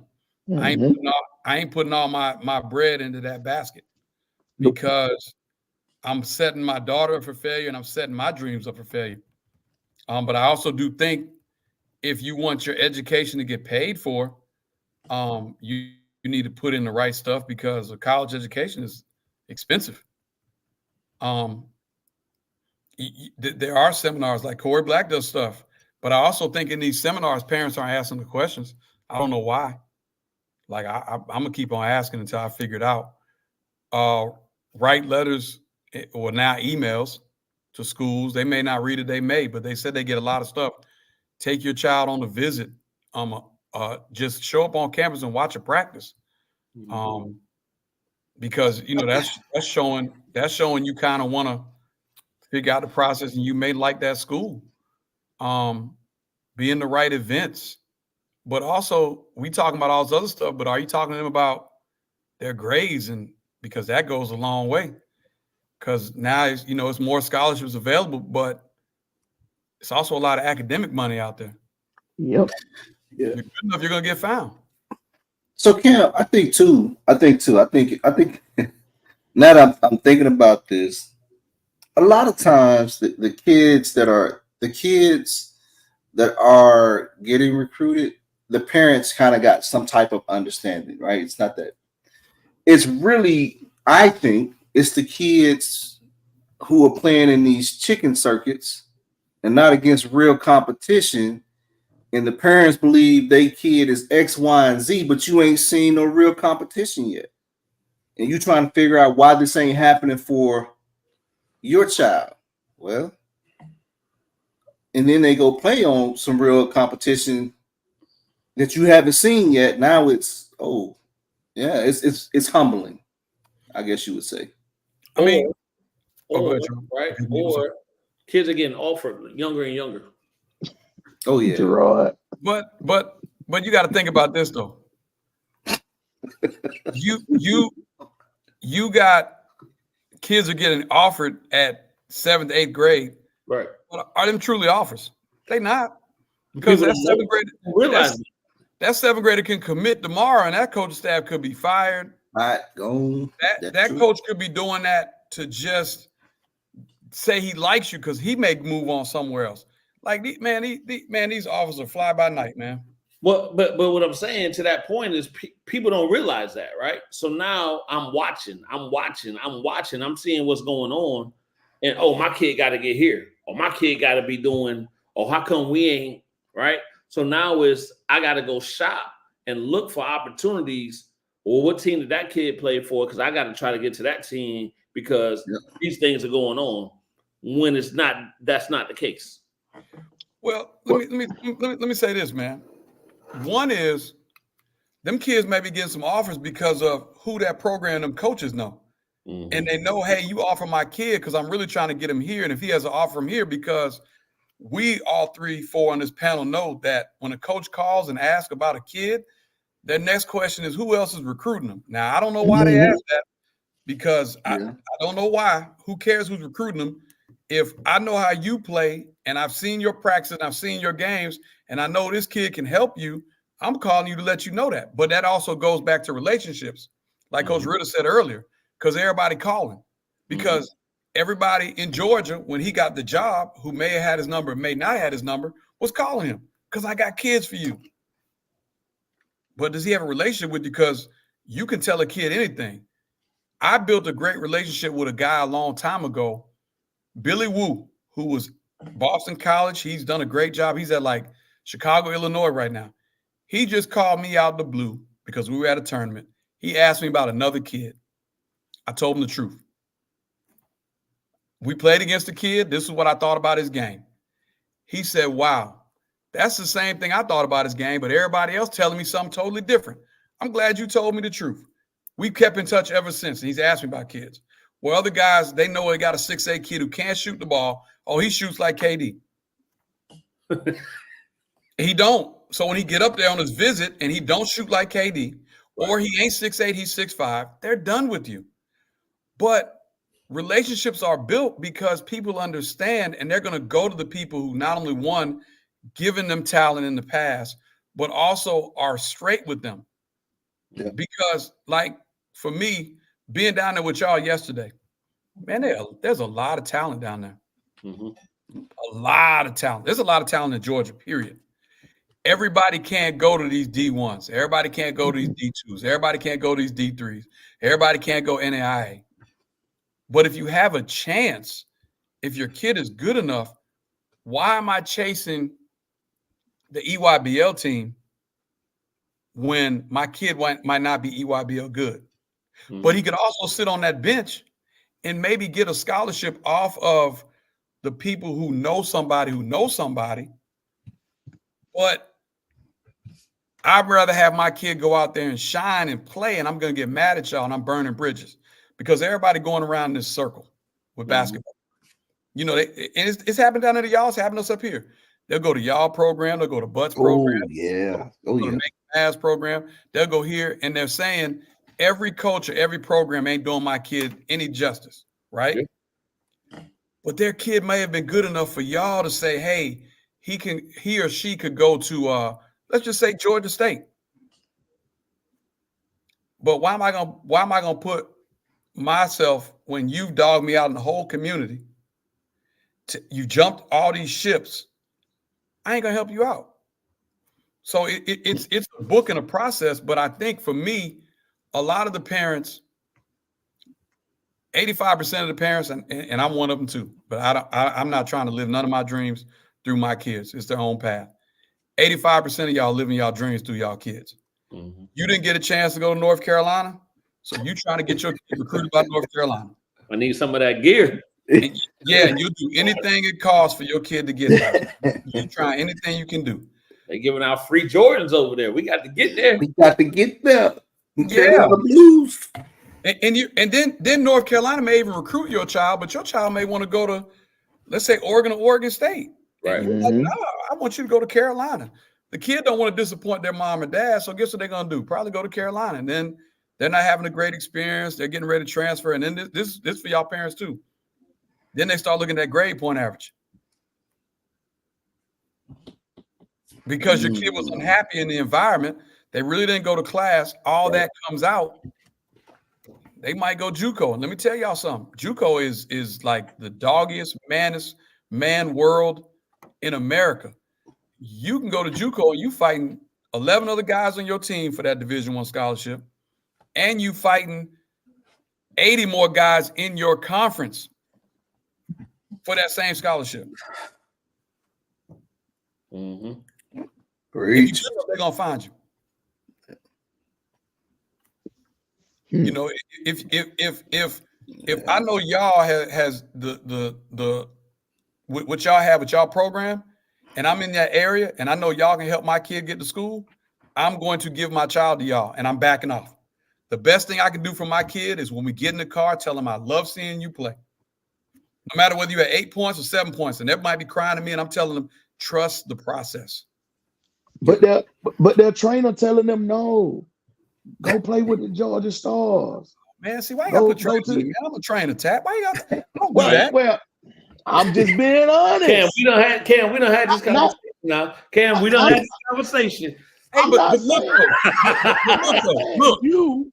What's that? All trainers aren't created equal. Yeah. But I sound like a hit dog with holler, though, right? I know it. Yeah, Hey, so look though, in the 80s, Chat, guess what it was in the 80s, though? I mean, in the 80s, I don't know who people blamed in basketball, right? Right.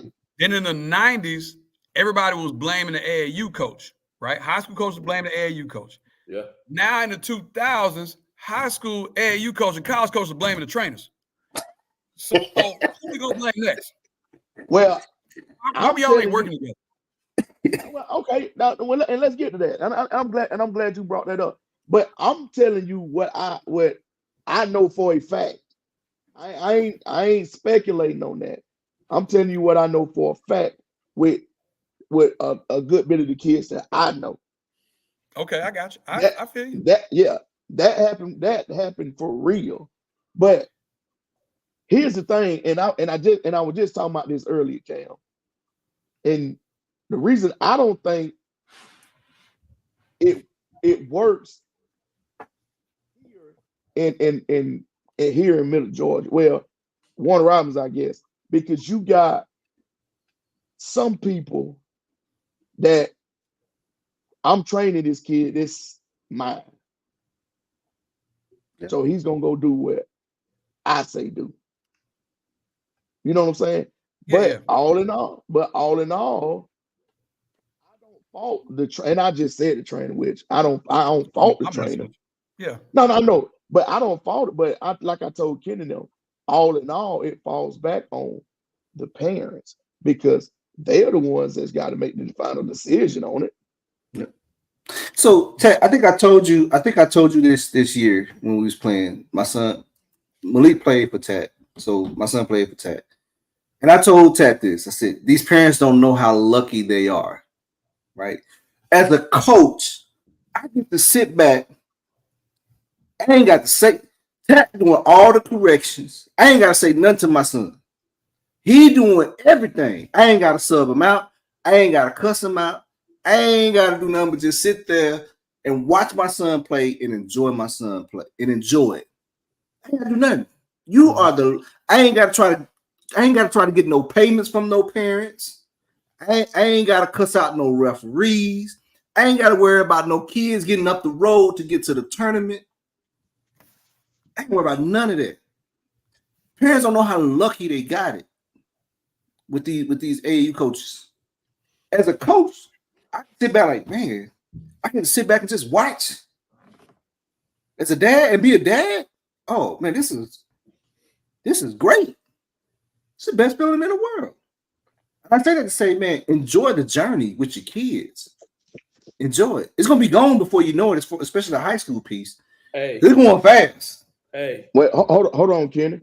Hey, hold on. You know it. Before you know it. but Cam, to answer your question, I would, me personally, and Kenny and Charles would tell you, I wouldn't mind working with trainers and this, that, and the other. But you have to be on the same agenda. Yes. My agenda circulates around these kids. Yeah. I mean, I want to do at one point during COVID. I wanted, and a couple other people, we talked about doing this, doing a Zoom with trainers, coaches, and AAU coaches, all on a platform. But when we really got down to the nitty gritty, we said, man, it's going to be so much darts thrown at everybody all over this room, man, and we wouldn't get nothing accomplished. Yeah, we actually, the state of Georgia need that, man. That needs to be a platform where these trainers can get so Cam, we know Cam get out. Cam move around, right? So you always learning and perfecting your craft, right? Mm-hmm. And I'm not saying trainers around here aren't. I'm not saying that.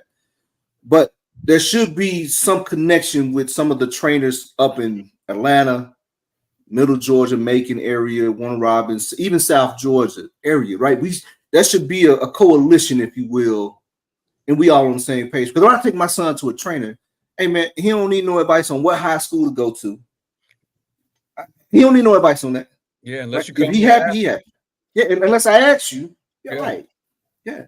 So to that point, that's staying. We staying in lanes, right? Now, if that player come to you and say, "Hey, trainer or coach, AAU coach, it don't matter." If they solicit that advice, that's totally different. Well, right? that's just like Abe Smith down here is unfortunately we're treating them like slaves, and we are treating the kids like that, and we're also treating the parents. But because, like I said, everybody's trying to use that stepping stone to get up, to get to the next level. Because, you know, I heard this in a coaching circle one time, man, and a guy was like, "Hey, you know, we was on a Zoom, like, what are y'all aspirations? What do y'all really want to do? Because we could all help each other out if we all sat up here and knew what you want to do, what they want to do to help you get to where you want to be." But it's so many people who are trying to say, "Hey, I'm gonna do it on the back end and so quickly." And I just saw that comment about a trainer's clinic. I mean, I don't think you need a trainer's clinic per se. I think what trainers need to do is get out, because like Charles just said, I get out. I go watch college practice. I try and see a pro practice. I try and see some high school practice.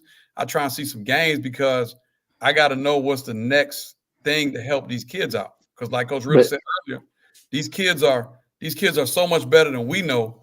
You know, I can't do some of the same, you know, the fundamental drills are great, but I got to put some spice into those fundamental drills to keep these kids' attention, because they're so athletic. Cam, let me ask you a question, Cam.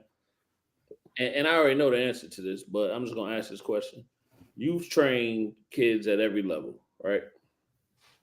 Kids, young men at every level, from the professional level all the way down to wherever, right? Well, AJ, yep. How often do you post that? Like, unless I'm having a conversation with you and we're talking about something and it comes up, how often do you have to post that? I mean, I posted stuff because 3 or 4 years ago, a lot of people in my corner was telling me post stuff to get more kids. You got to get on the new board with everybody's doing it. And that's my point. I post a little bit. I do, but my thing to posting is just letting you know that, like, okay, I got some guys in here too, but I'm not going to video every workout. I'm not going to take a picture every time somebody walks in the gym. I'm not going to boast or brag about it, because there are so many people in the training world, which, just like the AAU world, a lot of these people are doing it for the love of the game, but some aren't. Just like AAU, just like high school coaching. Some are doing it for the love of the game. Some are doing it for that stipend. Some are doing it just because the school asked them to do it. What we all got to do as parents, trainers, coaches, everything, we all got to get on the same page, because is it truly about the kids, or is it about me? It ain't about me no more. I ain't got no eligibility. My knees are damn gone. It's a lot, but that's the issue to me. All right, if I'm sitting back and I'm looking, that's the issue. It's a lot of egos out here. It's a lot of egos right now about I did this, I did that, I got this, we do that, and a lot of video recording and all of these type of things, right? To what point? I understand the business aspect, but the business aspect and the ego is taking over a piece of this that doesn't need to happen. Yeah, everybody fighting over a dollar bill. I'm sorry, go ahead. So I think KP, I think you look at it, you probably look at it how I look at it, right? I mean, if you post a video, I ain't gonna knock you, but that's what you do, right? If that's part of the construct, that's the new hotness and how to build your brand. But I think that, Charles, it ain't even about posting a video. It's it's your words. Yeah, it's your words. So and coming across with. Well, I think for us, right, the bottom, and you're gonna hear me say bottom line a lot. The bottom line for my son or any kid that I'm attached to is that kid's development, right? Are you pushing him to the next piece, the next level, whether it's a mental, whether it's strength, whether it's talent or skill, right? At some point, I need one of those layers to do this, right?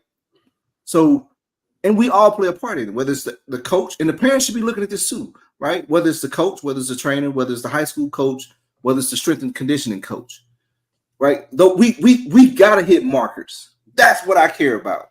I don't care about, hey, if you post that, you trying to build your business, hey, that's on you. But to your point, the words does not suggest those things, or the intent does not suggest those things. And I think because I know y'all trying to get off your 9 o'clock. I'm gonna give y'all a point, man. I might have said this before on the show, but I'm gonna say this again. Cam, we good. Tag got to 11. Yeah. Tag got to 11. I ain't got to 11, man. Y'all get me in trouble. Hey, so a scout told me this. The Europeans come over here and are so good at what they do, but they are team players. Because of, think about how it is in Europe. It's a lot about family and all this structure and everything else, and like giving to somebody else. We in America are very good individually. Yeah, we self-centered people. We're very good one-on-one, and I'm just putting in the basketball. Like we're for the show, you want to see the Americans do what they do. European guys are those catch and shoot in the corner. Besides the top guys, Luka and Joker and all them, Giannis, they the catch and shoot guy. They the screener. They the roller. They give them whatever they're doing for their team. Team success. Where, the American guys, hey, we might have lost today by 5, but shoot, I have 40. I'm about to get a new endorsement. And that's where a lot of people train. That's what I'll be talking about. But go ahead. I ain't mean to cut y'all. Well, Tat, to your point, you're right. And a lot of people train like that because that's what a lot of these parents allow. They sit in the gym and want to see it. Instead of, I don't, a lot of guys, even in the high school workout, they working on a lot of, whatever we're doing on our offense and everything else like this. But are you helping build that kid for what might happen in the next level? Because a lot of times in the training, like I'm telling the kids, hey, you training for the next level. That low layup you got right now ain't going to work in college. We got to start figuring out how to get it up higher off the glass now, because we're trying to get mentally prepared for that. A lot of people don't work on defense because defense ain't sexy. Parents don't want to see no defense in the workout. They as soon as you put a defensive drill in, they grabbing their kid and like, shoot, we getting out of here. Like, well, hold on, Cam. I don't mean to cut you off. I'm not saying that they ain't practicing working on defense and that type. I'm just talking about their whole training is about individual scoring, not like coming off a screen or hitting that pocket pass or having somebody else with you to lift and you may be able to skip that pass and redirect to the corner, get that. You know what I'm saying? Stuff. I'm just saying 100 million dribbles, dribble, get your shot off, dribble, get to the basket, shoot the ball, go up with your right hand, shoot it behind your head with your left. So, Cam, I'll say this, right? So we did a training session, And me and KP was talking, it's like, hey man, that's solid. That's what the boys need, right? Because I'll take my son to the gym. When I take him to the gym, I kid you not, it's boring as hell. One dribble pull up. Look, one dribble pull up. Yep. Hey, we the focus is consistency. Your shot looking the same. One dribble, none is over 3 dribbles. Or it's catch and shoot. Yep. Yeah. I want your shot to look exactly the same. You're fading away. Get straight up and down. Right? You dropped your guide hand. Don't drop your guide. Like it's literally that boring, and we put up 300 to 500 shots. But Charles, let me tell you this: that ain't boring. That ain't, because that's what they need. And to say to this, you know what? A lot of guys do that. But I'm gonna say, how many of those guys who do them 55 combo and all this other stuff, and we shooting behind the backboard off the glass or off the wall? How many of these guys have you looked at and really did cross-reference with them? Because and to the point, they ain't got to play at a certain level. I hate people saying that sometimes, like, hey, this guy had to play at a level. But if they're really doing their homework and understanding the game, if I got a guy who just played high school basketball but understands, hey, we're gonna work on some pin downs, we're gonna work on this curl off of this kicking to the corner, we're working on some passing, we working on what's gonna help build you into a better basketball player, then great. But if I'm working with a dude who's teaching my son 75 dribbles in one spot to a behind the back crossover into a jump shot, bro, you ain't even got that in high school to do that. Like, but everybody wants that because maybe that certain person might have trained a pro player. Yes. Like I've said this before, Nick Stapleton will tell you this. One of his greatest successes was training Colin Sexton, but one of his curses was also training Colin Sexton. You know why? Because every parent called him, can you turn my son or daughter into Colin Sexton? I want that. Yep. Whatever you did with him, I want you to do the same thing with my son. They ain't got to build. Your son ain't got to. Yeah. I can tell you, ain't nobody around here trained on Colin Sexton. Yeah, that boy dog. That's a whole. You got to train your mental to do that. And I put a video out the other day. You know, I had a bunch of guys, overseas guys in here playing. I had 2 high school kids in here, and I'm talking to them, and I said, "Hey, man," I said, "Are y'all really soaking up what's going on in here? Because you got guys playing 13, 5 years, 8 years. Rookies are getting good money, and they're in here training with you, but you're still going at your high school speed, and you're seeing pros do what pros do." What's translating for you? Are you soaking this up? Because for me, I'm training these dudes, and I've been training some of these guys for a while, but I'm still soaking up and getting 1% better from them to help me get better. Because some of these guys are coming back from Europe and like, coach, they doing this right now. They this, you've seen this.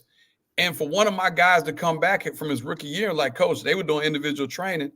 And the European coach said, man, you're really good at all this stuff we're doing. He's like, I do that with my trainer back home.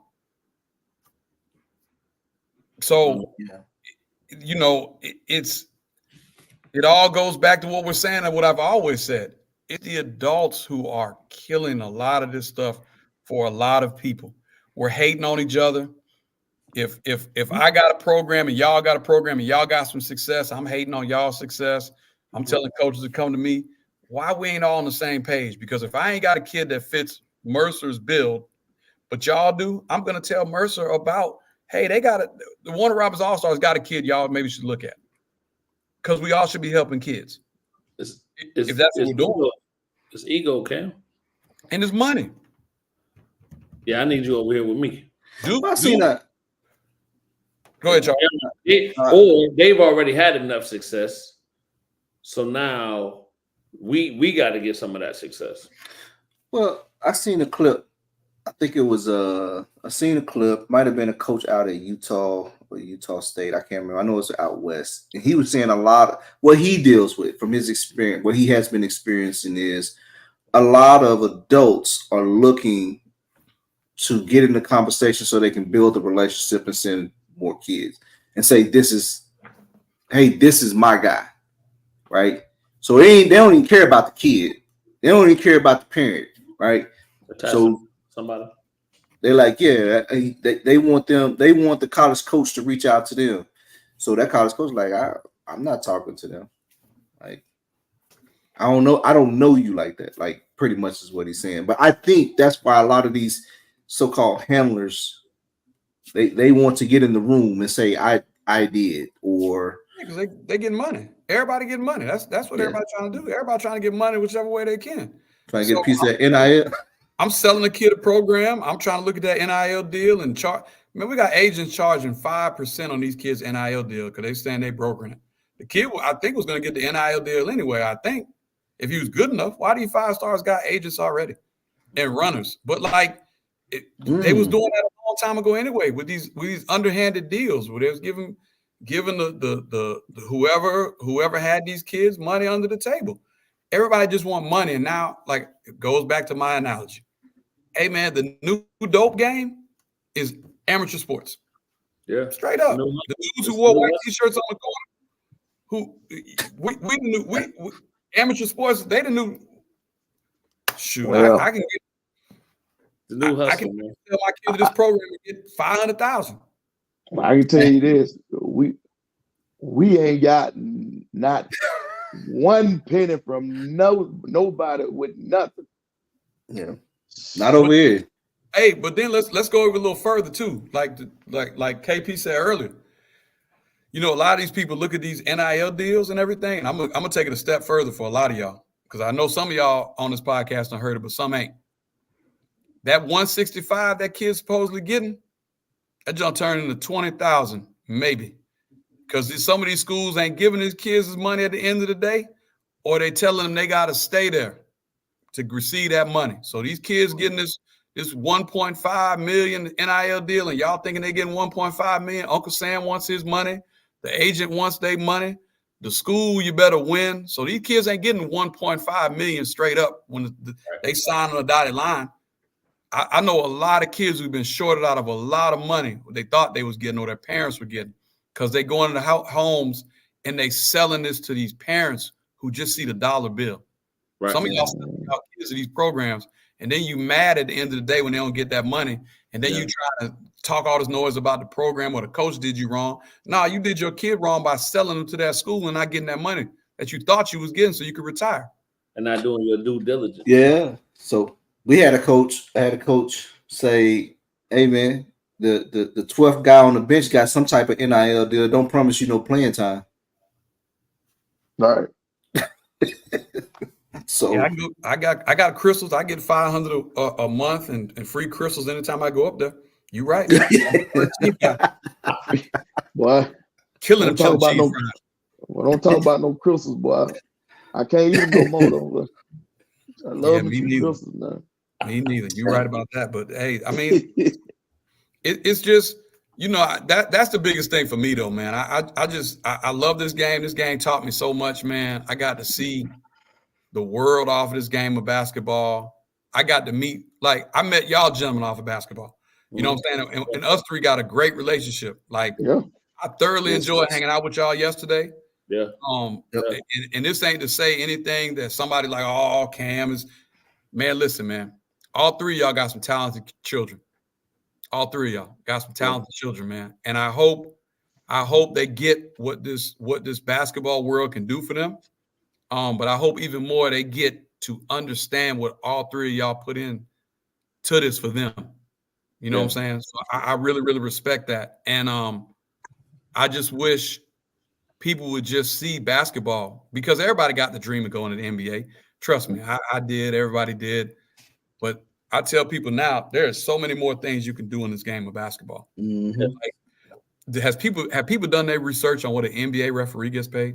Oof. Man, for you to run up and down the floor and blow a whistle, then just be in some shape, bro. Woo! I didn't know that. I wish I would have known that in high school. My high school coach told me, because I would have started refereeing early in my life. Yeah, me too. You see what I'm saying? And like a lot of these guys, or even a college ref. College refs make some bang. Yeah, college like refereeing, because what's happening is, man, we building a lot of these kids up to be these stars and these players. Mm-hmm. And when it don't happen, they are getting so frustrated and mad at the game of basketball that they don't want to put anything else into it. Right. And we're going to have a shortage of referees. We're going to have a shortage of coaches. Yeah. We're gonna have that shortage because we're just getting kids to, you got to be a basketball player. You got to be an NBA player, a WNBA player. You got to be a Major League Baseball player. And I'm seeing more and more kids being burnt out than more and more kids being ready to do whatever they got to do after they get their degree. Maybe I'm going to go coach here. I'm going to go do this. You know, I was so proud of, man, what's my boy just at Georgia Tech, went to Norcross? Kyle Sturdivant. I was so proud of Sturdivant. Hey, he did what he did, and he's coaching on the college level now. He's going to BYU, I think, somewhere like that to coach. Mm-hmm. And see what's crazy about this is, see, people don't understand this either. He's getting into college coaching at like 24, right? 24, 23, however old he is. Mm-hmm. He could be a Division I, Division II, he could be a head coach at 30, 32, right? Yeah. Where some of his same players that played with him at his level, right, who didn't finish their degree and went overseas to play, which is great. You know, I love it. When they're coming back in their 30s, they got to start out from ground one. Being a grad student, they got to finish their degree, where they're looking at, man, how is this dude already a head coach? Yeah. Look at that money and say, hey, man, I'm going to go ahead and be this grad assistant at this school, finish up my degree, get my master's, and I'm on the way to being a head coach sooner than later. And he played at a high level. Played at a high level? Yeah. From high school, travel ball to college, And was still doing something, I think, to try and go overseas, but I guess maybe he saw contract money, whatever, and was like, man, shoot, I can stay in the States and just do, you know, or maybe he didn't want to play no more. I don't know. Yeah. But you know what, man, before we go, man, I do want to say this. You know, I think to everybody's point, I think we all can agree, adults make these type of things complicated in whatever sports you're playing, right? It ain't just basketball, it happened in all of them. But I will say this, I think one of the things that is refreshing is that the genuineness of the kids, because when the kids go off and they meet other kids, they're genuinely happy for these kids, right?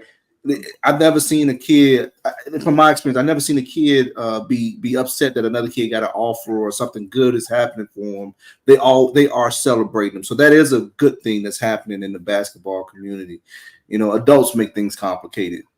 In these, I mean, Charles, it's like this, man. It's like this. Kids don't see black and white. Yeah. Because you can go to any elementary school, any daycare, and you can see black kids playing with white kids, Asian kids playing with white kids, all this other stuff like that. They don't start learning that stuff until they get home. Mm-hmm. Because it amazes me that I can see kids who grew up with my kids, and then all of a sudden they went like this. And I'm trying to figure out, man, why y'all don't like each other or something like this? Like, what's going on? Like, y'all used to be best of friends. And I understand kids grow apart. Yeah. But you can see this same black and white kid walking down the street right now at 3 and 4 years old, holding hands, hugging. No, just genuine, right? Yeah. And then something happens because once again, they start learning hatred and understanding that somebody else is telling them something.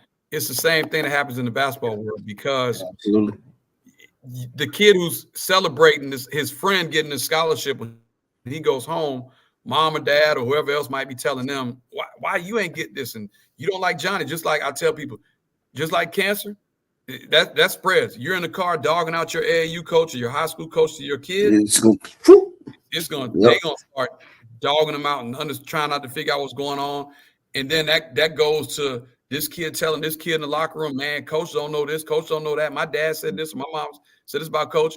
Then he goes and tells the next kid. Then all of a sudden, you trying to figure out why 11 of your 15 kids on his team ain't listen to you no more. Yeah. Because the stuff starts in car rides and dinner tables. Yes, sir. Yep. You're trying to figure out why your kid doesn't like playing basketball or sport anymore, because you're in the car yelling at them, and you just finished yelling at the game, and you're waking them up and yelling them at again how they played, or he can't ride with me, or all this other stuff like this, or instead of, hey, I enjoy watching you play today. It's cool. Yeah. Yep. 100%. Hey, Campbell, we appreciate you coming down yesterday as well, man. Oh man, Absolutely, brother. Yes. Hey, Listen. the kids really enjoyed it, man. They Yeah. Hey, I told you they was in the kitchen dribbling earlier. Oh Sitting yeah, in that chair. yeah. Man. Listen. Like I told all three of y'all, man, y'all kids got some bright futures. I enjoyed yesterday being around them, just being in the gym with them and seeing. It's refreshing because sometimes anybody can get spoiled in their environment, and I think sometimes I do get spoiled, and I like to get out and see other things and see other sides. Right. And like I called the Rook yesterday. He big little brother because he the tallest one coming in the gym. I was trying to figure out who he was at first. I was like, yeah, who in the hell is this kid? Then I'm looking, I saw the face. I'm like, golly, I just saw him. Yes. 6 years ago, he was like 5'6", and now he's looking down on me. I'm like, hey, bro, you gotta stop growing. So I'll mess with Cam, like, hey, that's big little brother. He was like, man, I'll still slap him. I was like, I enjoyed banter with them, you know what I'm saying? But they worked hard. Yeah. And even though they were tired, I could tell they were trying to grab their shorts. But at not one point they say, hey, I need to go grab water or anything. I'm like, oh, yeah. I'm trying to push to see what they got. And then, Tat, your two kids, shoot, they sponges, man. And they was locked every word that was coming out. Hey, when I turned around grabbing the rebound, they both looking at me like, what's next? Yeah. Well, some kids, they be all over the place. I be like, hey, man, I'm right here. Like, look at me. So it was enjoyable for me, man. I appreciate y'all. Yeah. Hey, Cam was like, man, that was good work, but that was nonstop. Yeah. And that's, hey, listen, that was nonstop.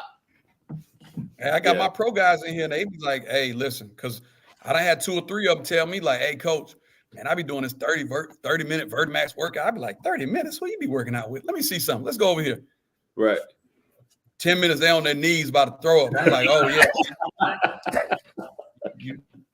Come on now. But that's what it is, man. Hard work, man. I think it is, man. Like you got to prepare yourself for what's next because, for everybody, a wake-up calls when you get to college, man. And, that like that coach going to tell you everything. He loves you, everything like this, in front of your mom and your dad. But the minute either you fly in or the minute your parents leave and that coach come back in there and tell you he own you. Oh, yeah. He say wake up at 5 in the morning. Yeah, we running. We running. Like Coach Ritter said earlier, it's so much talent out here, and there's so many kids who want to play college basketball. But stop these. I'm gonna say this last thing. I'm getting off and let y'all have it. Stop chasing the D1 dream, man. Hey, listen. If you got an offer from Young Harris, post it. Be happy about that offer. I'm blessed to receive an offer from Young Harris because you never know where these coaches may end up at. You also never know what Young Harris, any of these other schools may be able to give you. Yep. So go where you are loved. That's all I'm gonna say. Yep. Hey, I think I got another college coach too. I want to get introduced to Georgia. I'm gonna talk to y'all about that offline. Okay, sir. Yeah. No, that's good. And while we on the subject of college kids and offers, shout out to Gabriel Jacobs. Yes. Yep. Kid received an offer from North Florida last week. So shout out to him. He's worked hard. Proud of him. Kid got a bright future. Absolutely. Putting the work in. That's it. Put that work in. But I'll see y'all in 2 weeks, man. And I appreciate everything y'all do. Like I always say, man, respect y'all. Right. Yes, sir. Appreciate you, Cam. All right, man. All right. Oh, you two before we get off. And let's change speeds, by the way. And I know Charles is gonna be ready to get off in another 5 minutes or so, maybe 2 minutes. I was already on the countdown. Look, Yeah, but look. he could be on the countdown on the way out. But I'm gonna say this. How about the Mighty Demons? What happened? What happened? We Y'all been played on last the week? Y'all ain't Who's y'all play- played? I thought y'all ain't played this week. Who'd y'all play? No, this I week? don't want to hear that. I don't want to hear it. Hear Charles, what? We ain't been, who the Demons play? Who'd y'all play? Friday. Hoko won Friday. Yeah, we played 10th Friday. Hope I played 10th Friday. who they played before that? That's old news. Oh, Yeah. not, We already got that off the. What happened 2 weeks ago? No, we man? didn't. I can't, bro. We ain't had no show. What happened? What happened? Listen, we ain't had no show since we paid Northside by 20, which I told y'all that was gonna happen, and I told Angela. Okay, y'all got no side. Yeah. Yeah, And yeah. then We heard about that. Rivalry game, right? Y'all got it. Yeah. And then that following Yeah. week we skipped us a bell. That what happened? Oh. Oh yeah, we ain't gonna talk about that. All right. All right. All right. I missed that game. I don't know. Last thing I remember is Tiff. Oh, here we go. Here we go. Oh, what about that picture, man? Oh, that old, all that old news. Hey, now I'm saying all this old news. All right. Hey, my phone blowing up after that game. My phone blowing up. That's old news. What we talking about, man? Listen, man, we ain't been on since that happened. Hey, Charles, tell them we on to November 7th. Oh yeah, we done moved. No, but Now. Yeah. what? Oh, well, I'm gonna say. Oh. So you okay. Yeah, so we just gonna bypass football season. Yeah. Let's go. Just gonna go on right around that, KP. Wait. But y'all were just the mighty Hoko Bears about 2 weeks ago. Yeah, Gabe, ain't you still on too? Still on too? What's your record? Yeah. We 3-1. Oh. I think we 3-1 too, ain't we? 4-1. Y'all 3-1, I think. No, we 4-1. Oh, 4-1. Who that loss came to? Somebody. I mean, I don't know about. I won't talk about it. Somebody in the county. That's why you play okay. the game. Yeah. Wow. A little restoring order. You know what I'm saying? Y'all got up for the game. Y'all got up for the game. I got you. The chance. Yeah, we'll talk about it. Yeah, we'll talk about it. We'll take the best shot from everybody, ain't it, Charles? Yeah, no, it was a good game. From what I seen, it was a good game, right? Demons came out victorious. Both sides played hard. The Demons probably the fourth quarter kind of took off and sealed the deal. That kind of summarizes what happened. The quarterback, y'all got a nice quarterback. I like the quarterback. Just like Colorado. What they 2-1? What they lost to? They lost matter? I don't know. They 2-1. Yeah. Okay. Speaking of Colorado, can we talk about Colorado real quick? Go ahead. Say what you want about Colorado. You either like them or you don't, right? Mm-hmm. I don't think it's in between. You either like them or you don't because their feng shui. Let's just say that, right? But before you say anything else, because Williams is running for his life right now. Yeah, go ahead. I see him over here. That's who running for his life. Go ahead. Oh Lord. Joe running for his life, boy. Hey. Colorado brings notoriety to whoever they're playing right now. Oh, thanks. Yeah. So college football, Colorado may not win a national championship, but every time they play, they get more eyes on their games for the opposing team than they would if they wasn't playing them. Well, that you can't take that. You can't take that. Hold on. I'm gonna tell you why I think that game was such a big deal for two reasons. The one yesterday. Yeah. For two reasons. Mm-hmm. One, because the little thing him and Norvell got into from last year. Right. Secondly, Norvell's family came out talking trash and stuff about Dion and all of them. Yeah, then quarterback and the running back or something for But that's what I'm saying. Yeah. And then you had the quarterback yeah and the running back on Instagram doing all that talking about them and Shador and all of them. So that's why that game, that I think that, and plus it's a big in-state rivalry game too. Right. Yeah. 100%.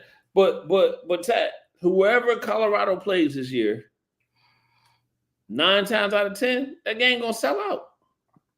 Well, because either you're rooting for Colorado or you want to see them lose. Well, I mean, things. I don't remember Colorado having this many national televised games in prime time.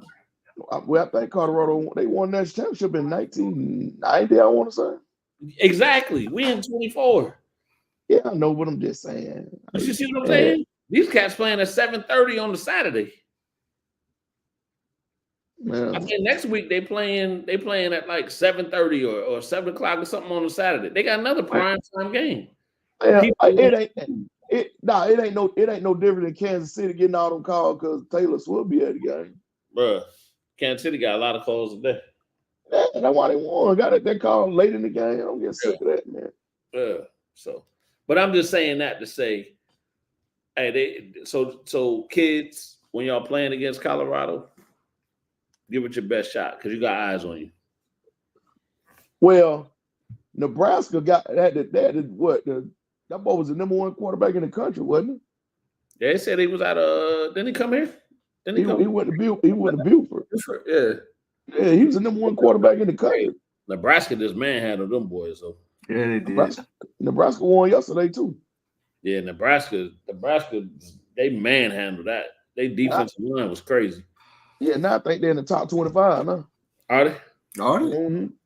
Yeah. So okay. All right.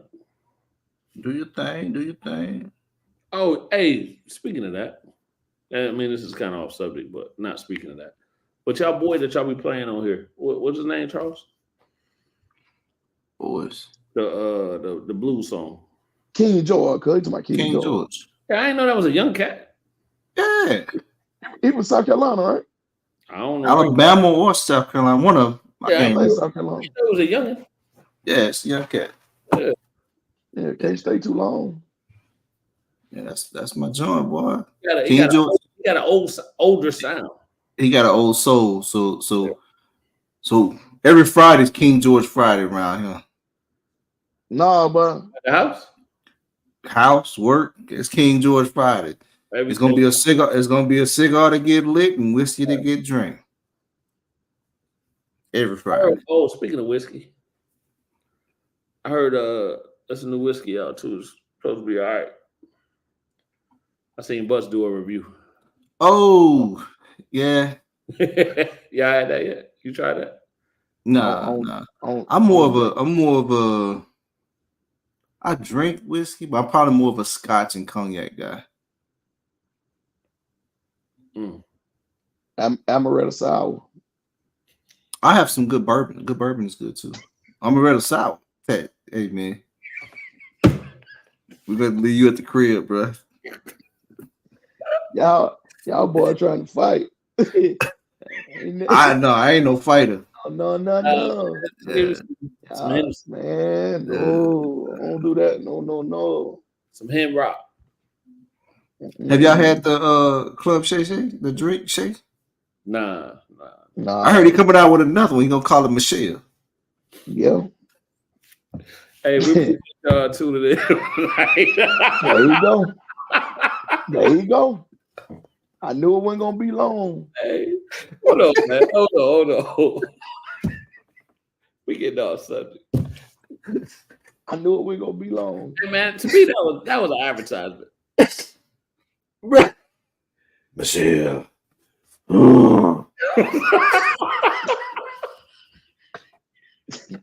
man here is. Ooh, Lord. Hey. Say, Charles, we, that was. hey, Charles, we ain't got no sponsors, but you trying to get them pulled. He ain't lying. That was a mistake. All right, I'm gonna leave that alone, man. I'm gonna leave that alone. I'll leave that alone. Oh boy. Next week, we going next week. We going next week. I think. Yeah. Recap the girls a bit. Yeah. Be good. Be good. Hey, real quick, man. Shout out to all the camps that's going on again. So I know next week we got the girls, the Hype South, girls camp.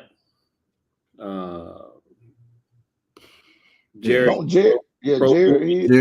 Yeah, I'll be doing a little bit of running, but I'll get. Yeah. Then we got EYA Sports. Shout out to Brad. They got one next Sunday. Is it Sebra? Seba got one going. They got one going. Prep Hoops got one going. Yep. It's a lot. There's a lot moving around in the state. Then the following weekend, the 28th, the boys Hype South down here. So you still got an opportunity possibly to sign up for that. So check the links, go to the social media pages, see if that's still an opportunity. That's a good camp to get in. Shout out to Metlock. We got freshman U the first weekend in October. That's another good camp to get into for upcoming, current freshmen. Who else? It's something. I feel like I'm forgetting something. I don't know, but either way, check the our IG page. It'll be up on the story. All the camps that's going on and coming out. So shout out. So yeah. Hey, you got anything before we get out of here? Huh? Nothing. Charles. What you? Man, ain't no shit. I'm good, brother. I'm good to go. No. All right, Rasheen. Appreciate you, brother. Appreciate it, dog. Yeah, appreciate everybody for tuning in, man. Y'all be sure to lock in with us next week. And we gonna keep trying to put information out there, man. So there it is. That's all I got, KP. That's it. Peace. Peace.